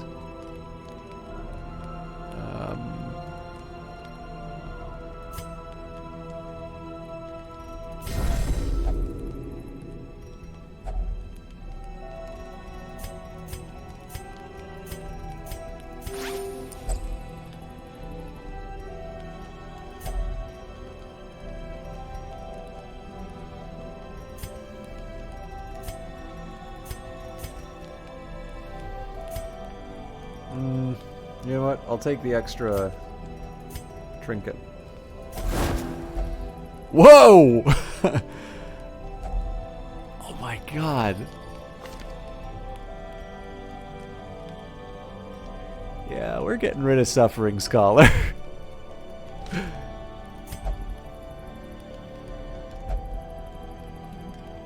Looks bad, but there's nothing to fear here. Already my stomach aches. We will not survive.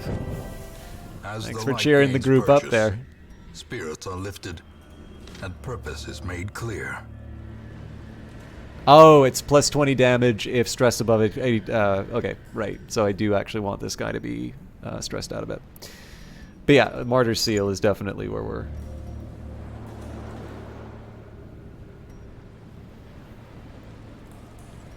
I mean, again, like, I don't exactly want to... I don't want to risk the...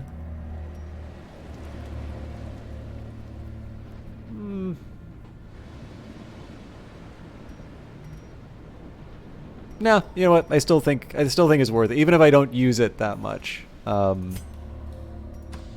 This is worth it. A handsome reward for a task well performed.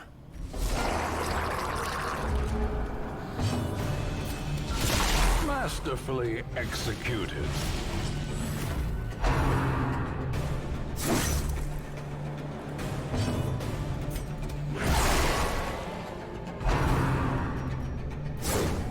The Iron Swan may not be worth it. Yeah. Confidence surges as the enemy crumbles. Continue the onslaught. Destroy them. God, this is all. This team's really doing what it's supposed to this time.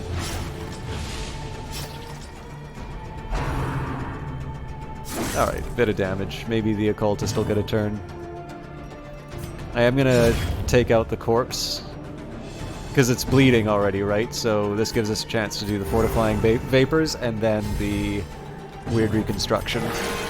Wow!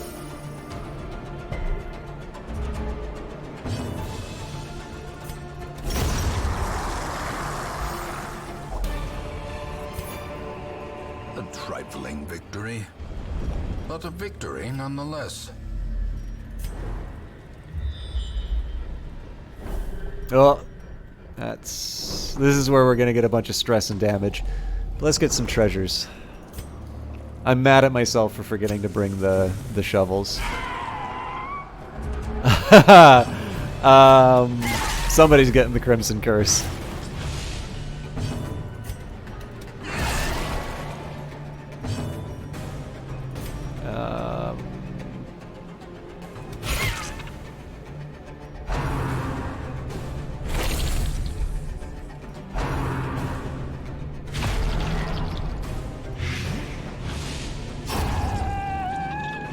No Iron Swan anymore.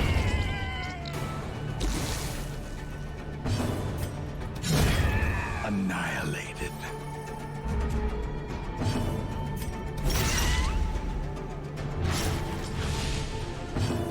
Almost enough. We got him.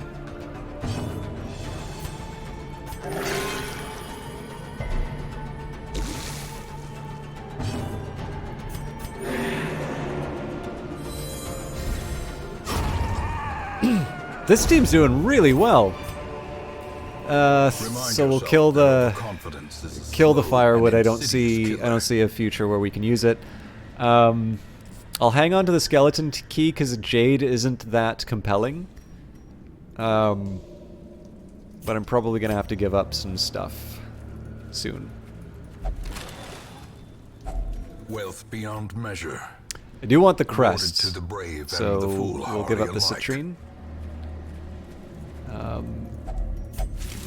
Nothing here after all.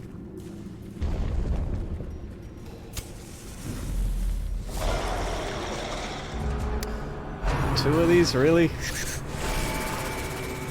I think we want to try and kill the stress first.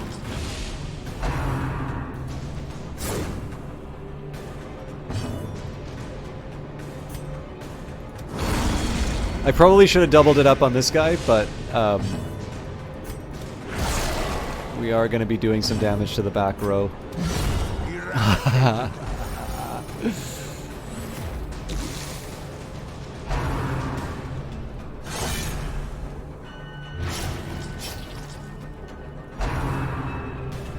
I probably shouldn't be using up the bandages, but we brought them for a reason, so we'll stop the bleed on my flagellant.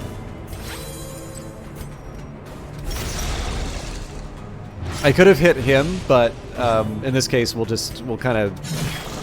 for the weak one. Amazing.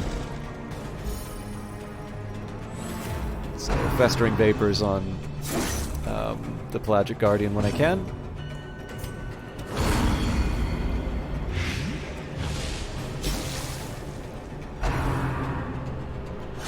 So Occultist is going to heal the Hellion this time around. If we can get them to bleed out... Well, I guess it doesn't matter if they bleed out or not, but...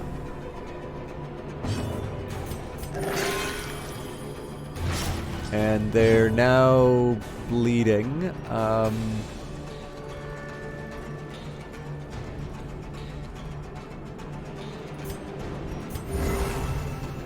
We have to do the adrenaline rush. I don't exactly want to lose the...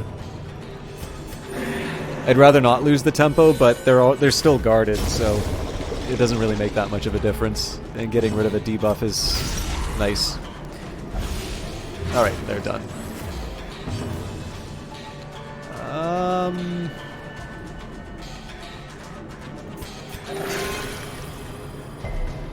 That was a risk, but paid off.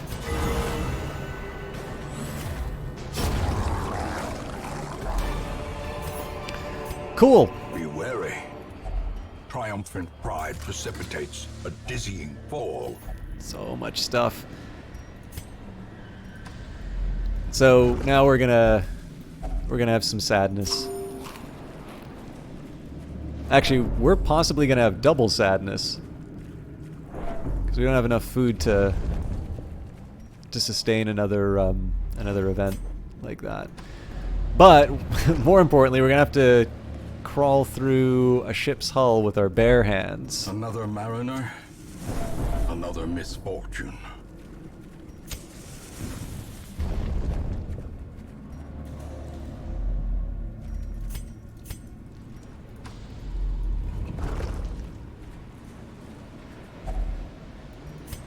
Packs full of steel and war, but nary a thought given to the plow.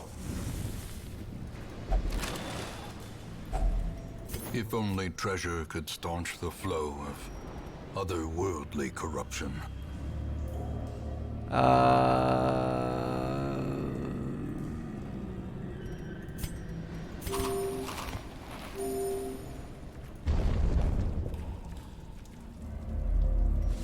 Oh, the Cove's great. The music for the Cove is fantastic too.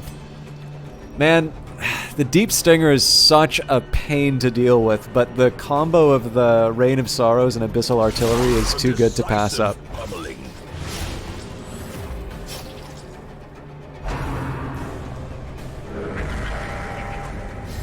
If they guard the Stinger, we're gonna have a really bad time. See, like that, you just can't pass that up.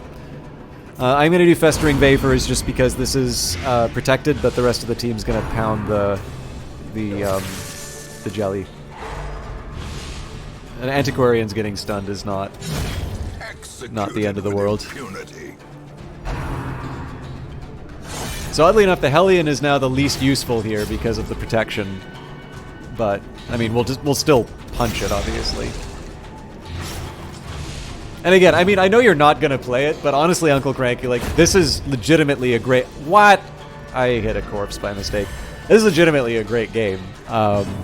So, if you do have, like... I know the big thing for you is that if a game frustrates you, it doesn't really matter how good it is. But if it is one where you feel like you're in a position where you can... if you feel like you're in a position where you can kind of handle the ups and downs the game throws at you, I think it's worth it.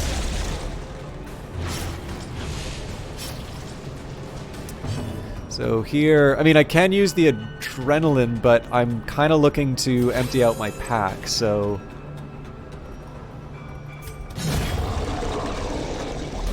I mean, you say that, but I don't believe you. These creatures can be felled. They can be beaten. The thing is that, like, the one thing I don't know is whether or not RNG is seeded in this game. I have a big suspicion that it is. And so a lot of experiments that people run on these kinds of things are not really measuring what they think they're measuring. And a more fundamental kind of issue that I have is that every game cheats. It is, in fact, the reason that games are fun is because they cheat. In, I think it's Spec Ops The Line, the AI can actually get out of the way of grenades, but they don't because grenades aren't fun to use. Yeah, but that's my point. If it's a seeded random number generation, you could have reloaded it 10,000 times and it would have been the identical result. What would have been more interesting is if you got different results each time. To say that the RNG fudged each time would imply that you are actually taking a different draw from that distribution. But unless you know you're actually taking a draw from an actual proper random draw out of it, as opposed to all of the numbers being kind of calculated ahead of time, that's why I say I don't actually believe that claim. Again, it's just my probability thing, right? And again, the thing that matters is that you didn't enjoy playing it, and that's what matters. It's not the idea that there's some sacred ideal of a video game, because like when it comes down to the cheating thing. Civilization reports probability. I think XCOM also reports probability in a different way to specifically deal with what players perceive the outcomes should be as opposed to the real ones. I have been told that somebody actually did do a proper trial on XCOM, and the numbers did actually line up. Like, 20% things, hit 20 times out of 100. And you can do that because there is a non-seeded version that you can run. And that's where like you can reload the save and get a different result. But yeah, like the examples I like pulling out, Spec Ops The Line, it fudges the AI to make sure that your grenades will be effective. If you, what was the other one? I think for bad guys, when they throw grenades at you, the grenade gets like thrown up in the air and then it like just drops from the sky. I'm pretty sure Spec Ops The Line does that. And again, that's cheating, but first of all, most people don't notice it. Number two, the game is really fun, and so that clearly worked. And then in the case of BioShock, it is never possible to be killed by, like, so if you had, let's say, 21 health and you got hit by a weapon that did 25 damage, it would always take you down to that 1 health. So you'll never be killed by a single powerful shot. You will always be killed by, like, quote unquote, the last shot. And it's to create a situation in which you sort of run for cover and create a little story there. But again, like, here's the thing, like, these are just kind of the tricks that happen. It's, I'm assuming this is just part of what designing a game is like, is to figuring out how far you can push things. And I know for a lot of games that do rely on random numbers, one of the behaviors that they try to avoid are people reloading the game to get the outcomes that they want. And so often what will happen is you will have a seed. And I mean, I do this on so like if I'm doing something like a bootstrap, which is a statistical method that relies on doing like random draws from a sample, basically kind of, it's a way of sort of simulating the world a whole bunch of times to try and get errors, your standard errors, where they are normally difficult to obtain. It's it's not worth going into the full details, but it's a thing. I mean, also there's a ton of simulation-based methods. So one of the drawbacks that you run into is that I can do this bootstrap A, and then somebody goes on another computer, and because it's random numbers, they're not necessarily going to get the same result that I do. They might get something close, but close isn't necessarily what you want inside of science. And so what we would do is we'd sort of make sure that we're running the same, you kind of want to make sure you're running the same versions of everything. But you would assign the seed, and generally you get a truly random number for the seed. And at that point, you know that the sequence of numbers that the computer is going to generate is always going to be the same random draw. And at that point, my results and my collaborators' results would be identical. And games use it for the same reason, games use the same technology, but they use it for a different reason. And in the case of Civilization, the reason they did that was to avoid people reloading battles that they lost. And I suspect in the case of Darkest Dungeon, it's so that people can't crash out of the game before the event happens and try and rerun it. Yeah, well, I mean, that's why I keep falling back to the, I don't know, there's a weird moralizing that gamers get into, I feel like there's this feeling is things should be this way, and I know, I'm the consumer, I should be listened to, and for so much of this stuff, it's just a matter of taste, right? So, it's kind of like I was saying earlier about Rust, which was, I really tried with Rust, and it totally wasn't my thing. And I suspect, for the most part, survival crafting games aren't my thing, although I do like Subnautica and Terraria, and I tried Starbound, but I don't think I ever really played it that much, except in the beta, so maybe I have a bad perception of it. But there are things that I find difficult to hang on to for a really long time. So in my particular case, it's fair for me to say that Rust is not for me. I can maybe explain some things about the design that don't really work for me. I don't know how meaningful it is to talk about a quote-unquote bad game. But definitely a lot of gaming discourse, I think, I just think people would be a lot happier if they just say, it didn't really work for me. And, that's fine, because, some of the other claims are really hard. I mean, so we can give an example here, right? In terms of your claim about the RNG, you're kind of unlucky in the sense that I do have to work with probability quite a bit. So, that sort of thing, I'm I don't actually think that's true. But that's also not really the reason you're mentioning that. The reason you're mentioning it is I played this game and it upset me, and I don't like being upset. And that's a completely legitimate reaction. I think that's a very honest reaction, and it's, people definitely shouldn't play stuff that upsets them. So. The sparkling Well then. of youth, twisted and made merciless. We're so dead.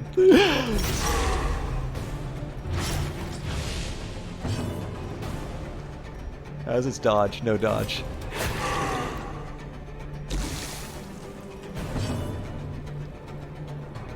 I think I'm just gonna let them bleed out, or blight out.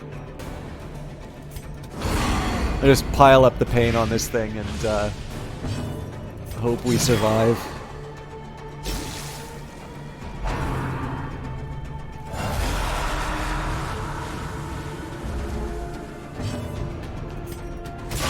Lucky me, I get to hit the back row.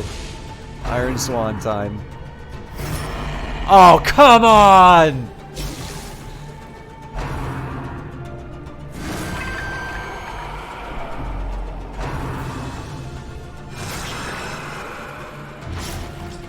Hey, Timco Steve. Now the true test. Hold fast or expire. Well, clearly we need to fortifying vapors. Let's fix the bleed first.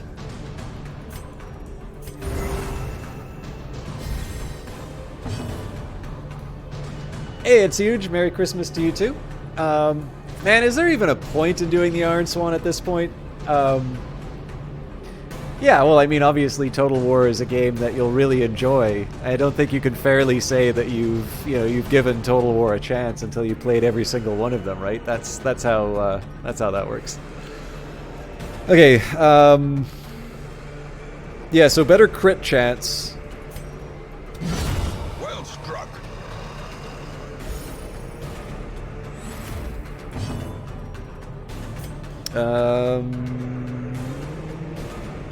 Both are good against Eldritch, but Sacrificial Stab is better. Not that you'd notice, but this thing's dead in 2 turns. I will admit, the helpers on the Collector... Actually, the Collector itself, too, like, the way that the skull sort of flickers every once in a while, I think is a very, very cool touch. Yeah. I can't remember if it's... Yes, it does go. The rats prepare to feast. Alright. Oh, he got his head back. Alright. Am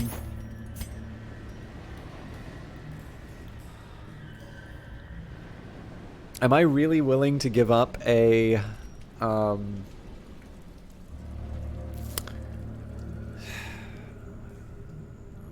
I don't feel like yeah, if the trade-off's between bandages and an artifact, I just better hope I don't get bleed.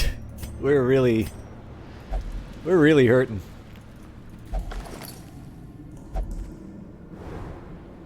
So I'm probably going to opt for... Oh my god, really? Okay, so I am going to go to this room battle, because I really don't want to have to crawl through... I'm so mad that I forgot to bring shovels.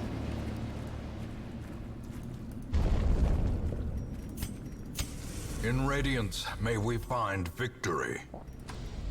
So I wasn't exactly spoiling... We're going to wind up with 3 fights before we have to do the obstacle, and at this point I'm really just hoping that we... I keep forgetting to get the Antiquarian... Actually...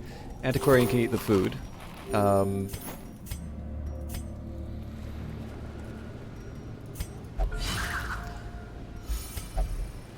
Yeah, so if we get a hunger event, I'm going to be very sad. We're going to get 3 fights, and we still may not have explored enough room. I mean, the one bit of good news is we did do these 3 rooms at the... Oh yeah, man, if there's 4 up there, I thought it was only 2. So yeah, we're going to have to go through that obstacle no matter what. It's almost not worth it to take on this many fights, but we don't know what's up here. So let's take the fights while we have the strength, and maybe we'll try and heal up our people while we... Oh my god, if this Drowned Thrall goes off, we're done for, so... I don't even care that I want to hit the sea maggots. This thing is priority number 1. There we go.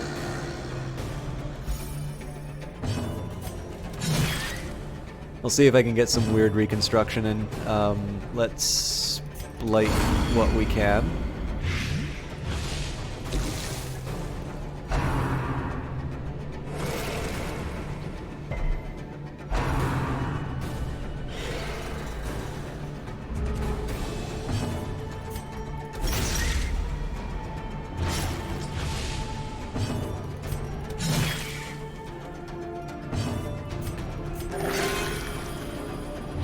So not worth it.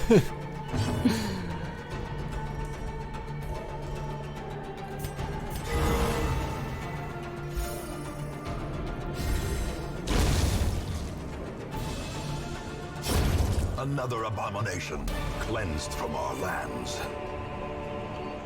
Alright, now I need to start. Well, we can give up the torch. And I suppose if anybody... I'm happy for this guy to have his stress go up or down at this point. Alright, well, he just got a buff. Or should. Should have it eventually. Alright, this isn't the worst group of people we could be going after. Again, the Abyssal Artillery is going to be a nice little compliment.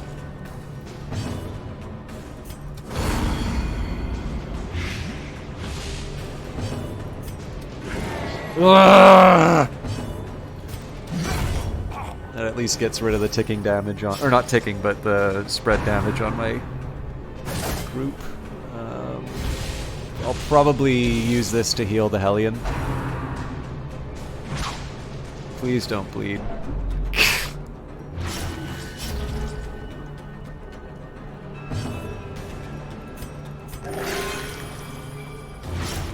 Oh my god!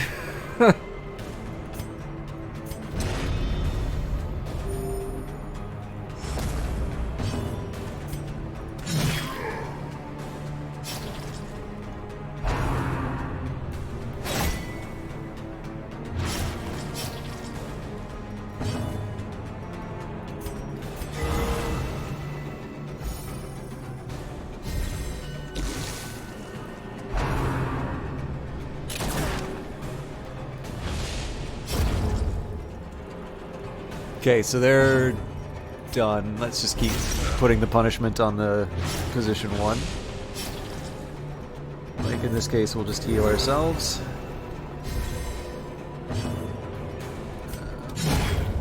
Monstrous size has no intrinsic merit. I was kind of hoping we could get another weird reconstruction in, but oh god.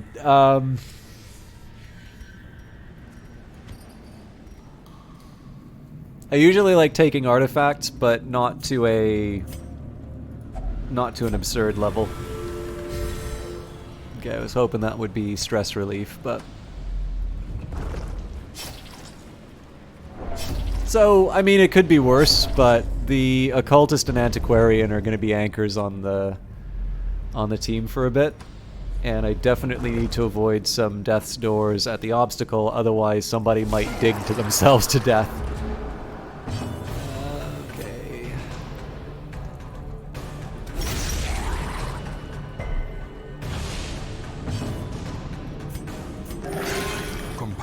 Is a rarity. Okay, I'll take that bleed.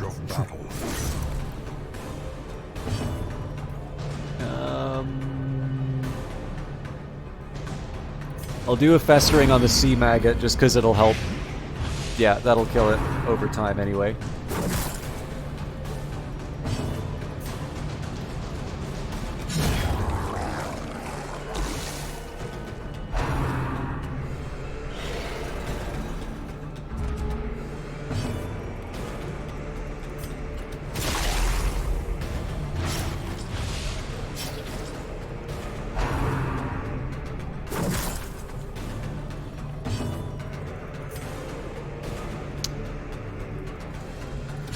Bring him closer.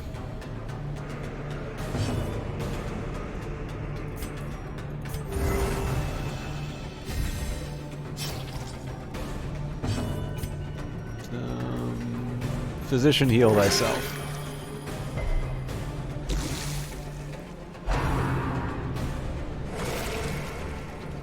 Salt in the wound. Ah! Okay, this thing's gonna die. Just of natural causes.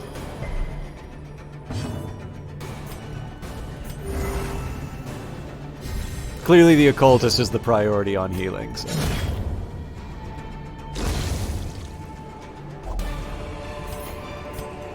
Seize this momentum.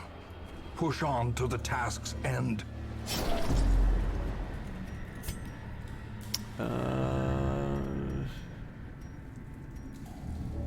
Oh no, it's Death's Door now, it's not the Rage. Okay, well, let's try it.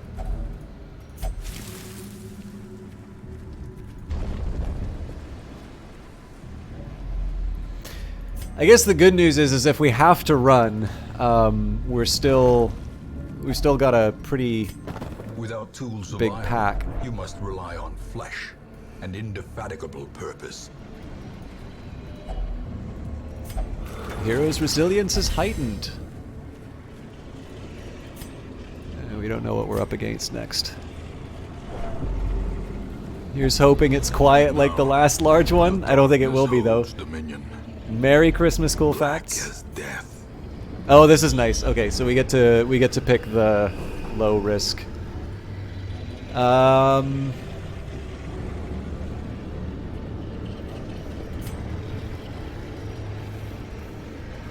So the treasure room is tempting, but this seems like the safer No force of will can overcome a failing body. So he might start hitting people.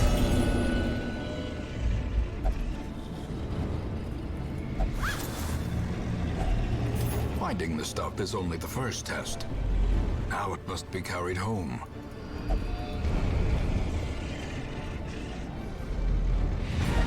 Thank God.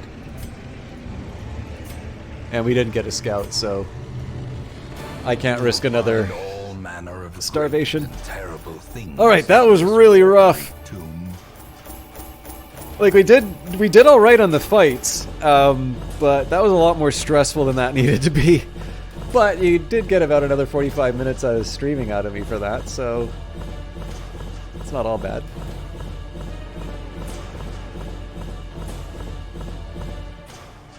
All right, we got one level 3 out of it. Gambler, Eldritch Hater, quick reflexes, slow draw, unyielding, slow draw, hard squint. You know what? These are actually not too bad. Like, Gambler's inconvenient. But I'd say overall, I'm not too upset that people got these results. The degeneracy of the hamlet is nothing, I fear, when compared to the condition of surrounding acres. This veteran will fight for you in exchange for a fair sum of crystal shards. Do you already have... Well, Masamagoma's already a level 6 abomination, so looks like they can go elsewhere. Gimo had a night on the town and recovered 60 stress and is no longer masochistic. Lyra's Eider, while praying, saw a glimpse of greater beings controlling destiny. New quirk God-fearing has replaced Unquiet Mind and prayed and recovered 86 stress. Misadent has achieved constant calm. They've got a new quirk Calm. And Meditator recovered 70 stress. GNR Slash has received constant calm. Too many people getting calm. But they did recover 84 stress. Plagus underwent effective disease treatment and cured spotted fever, syphilis, and tapeworm. Chatwood got rid of everything, as did Montfichet. So I think we're actually ready. We do have one other person with disease that we need to cure. But I believe we wound up with...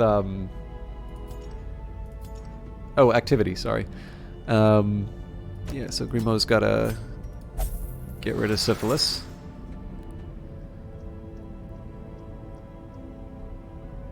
Okay.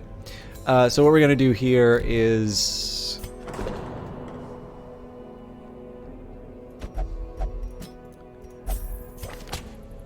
Okay, we got a gambler.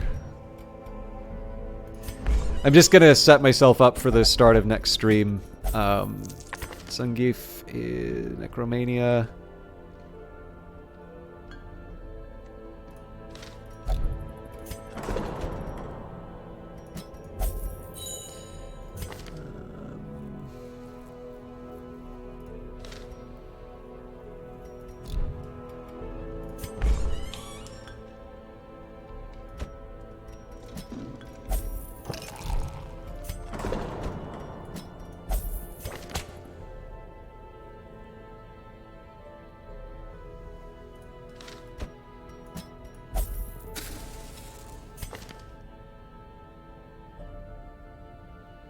Really got to avoid the calm.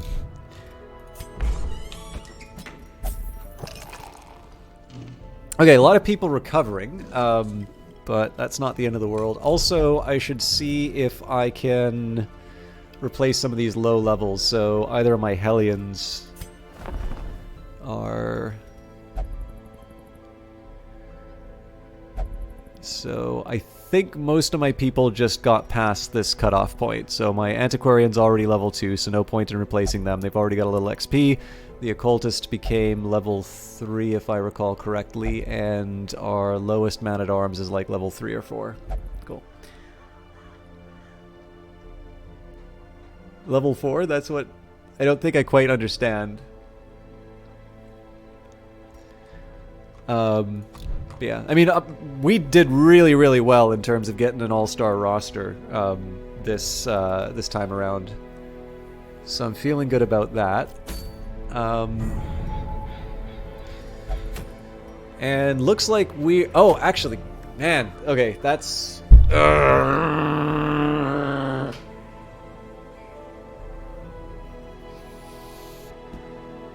So basically, we gotta go to the Warrens a whole bunch and try and get these level 4 people up to level 5 so that we can take advantage of killing stuff in the cove. Oh man, next week's stream is gonna be so hard.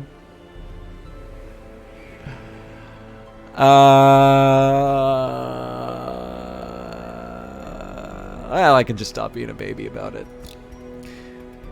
Sorry, there was one other thing I wanted to see. We do not yet have enough busts to do anything interesting here. We may be able to do something. Yep. They must learn more than brutal bloodletting. They must learn to survive. And we are at 150 deeds, which I believe means we can now start using some of these deeds. So... it's alright. Let's take that from the top.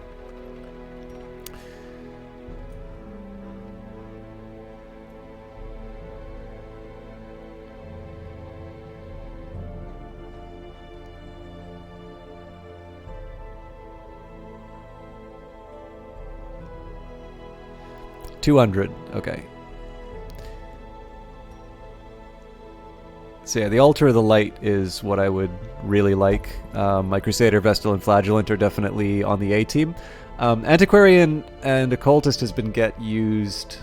The Antiquarian and Occultist tend to get used quite a bit, but the thing is that it's not easy to get 200 deeds. So I think I'll save it up. At some point, I would really like to go back to the mill and see more of the Color of Madness content. But again, we've had a pretty good run of leveling up our people, and it's pretty clear I basically just need to get more people in a situation where we're able to move them up to level 6. I mean, obviously we've got a pretty good level 6 team already. But my preferred option would be to get some people from level 5 to level 6 by taking out bosses. And I don't know, like just it seems to be a slightly more efficient use of the time. And I guess, in a pinch we can go to the Endless Harvest, we can try and go after the Countess. Anybody who I send to the courtyard is basically going to get a ton of stress, and we're not going to be able to use them for a while, so I'm a little reluctant to do that. But like I said, this is all stuff I can sort out another time. Let's see who's online for a host tonight. Thank you everybody for hanging out with Darkest Dungeon. I'm really, really fond of this game. I kind of feel like every time that I've streamed this, I've had a really great time with a game. I also just really like hanging out with all of you. Oh man, we got a few good people streaming tonight. I will also say very Merry Christmas to all of you, or Happy Holidays and other such greetings for those of you who prefer others.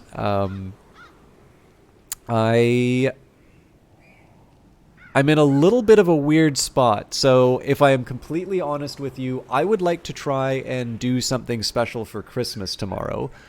However, I also don't 100% know, I'll have some calls and things like that, and it also just depends on how I'm feeling. So I would like to try and do something. If you've got notifications on for the stream, that's, you'll get a notification. Of course, that'll be right at the moment that it's happening. I will try and tweet out if it's happening and when, as soon as I know. And it won't be gaming, but I think a number of people will like it. So, if I don't do it tomorrow, though, I hope you all have a wonderful Christmas and, spend it with people who matter to you, or at the very least that you're able to reach out to them and let them know how you feel, and otherwise wish them well. And I'm going to tell you a few people who are streaming tonight. So we have got Valiant Cheese. Now, so for those of you who like game development, Valiant Cheese does a lot of game streams. Currently, though, he's playing Dead Cells, and I know, Uncle Cranky, you are quite fond... Sorry, I can't spell, apparently.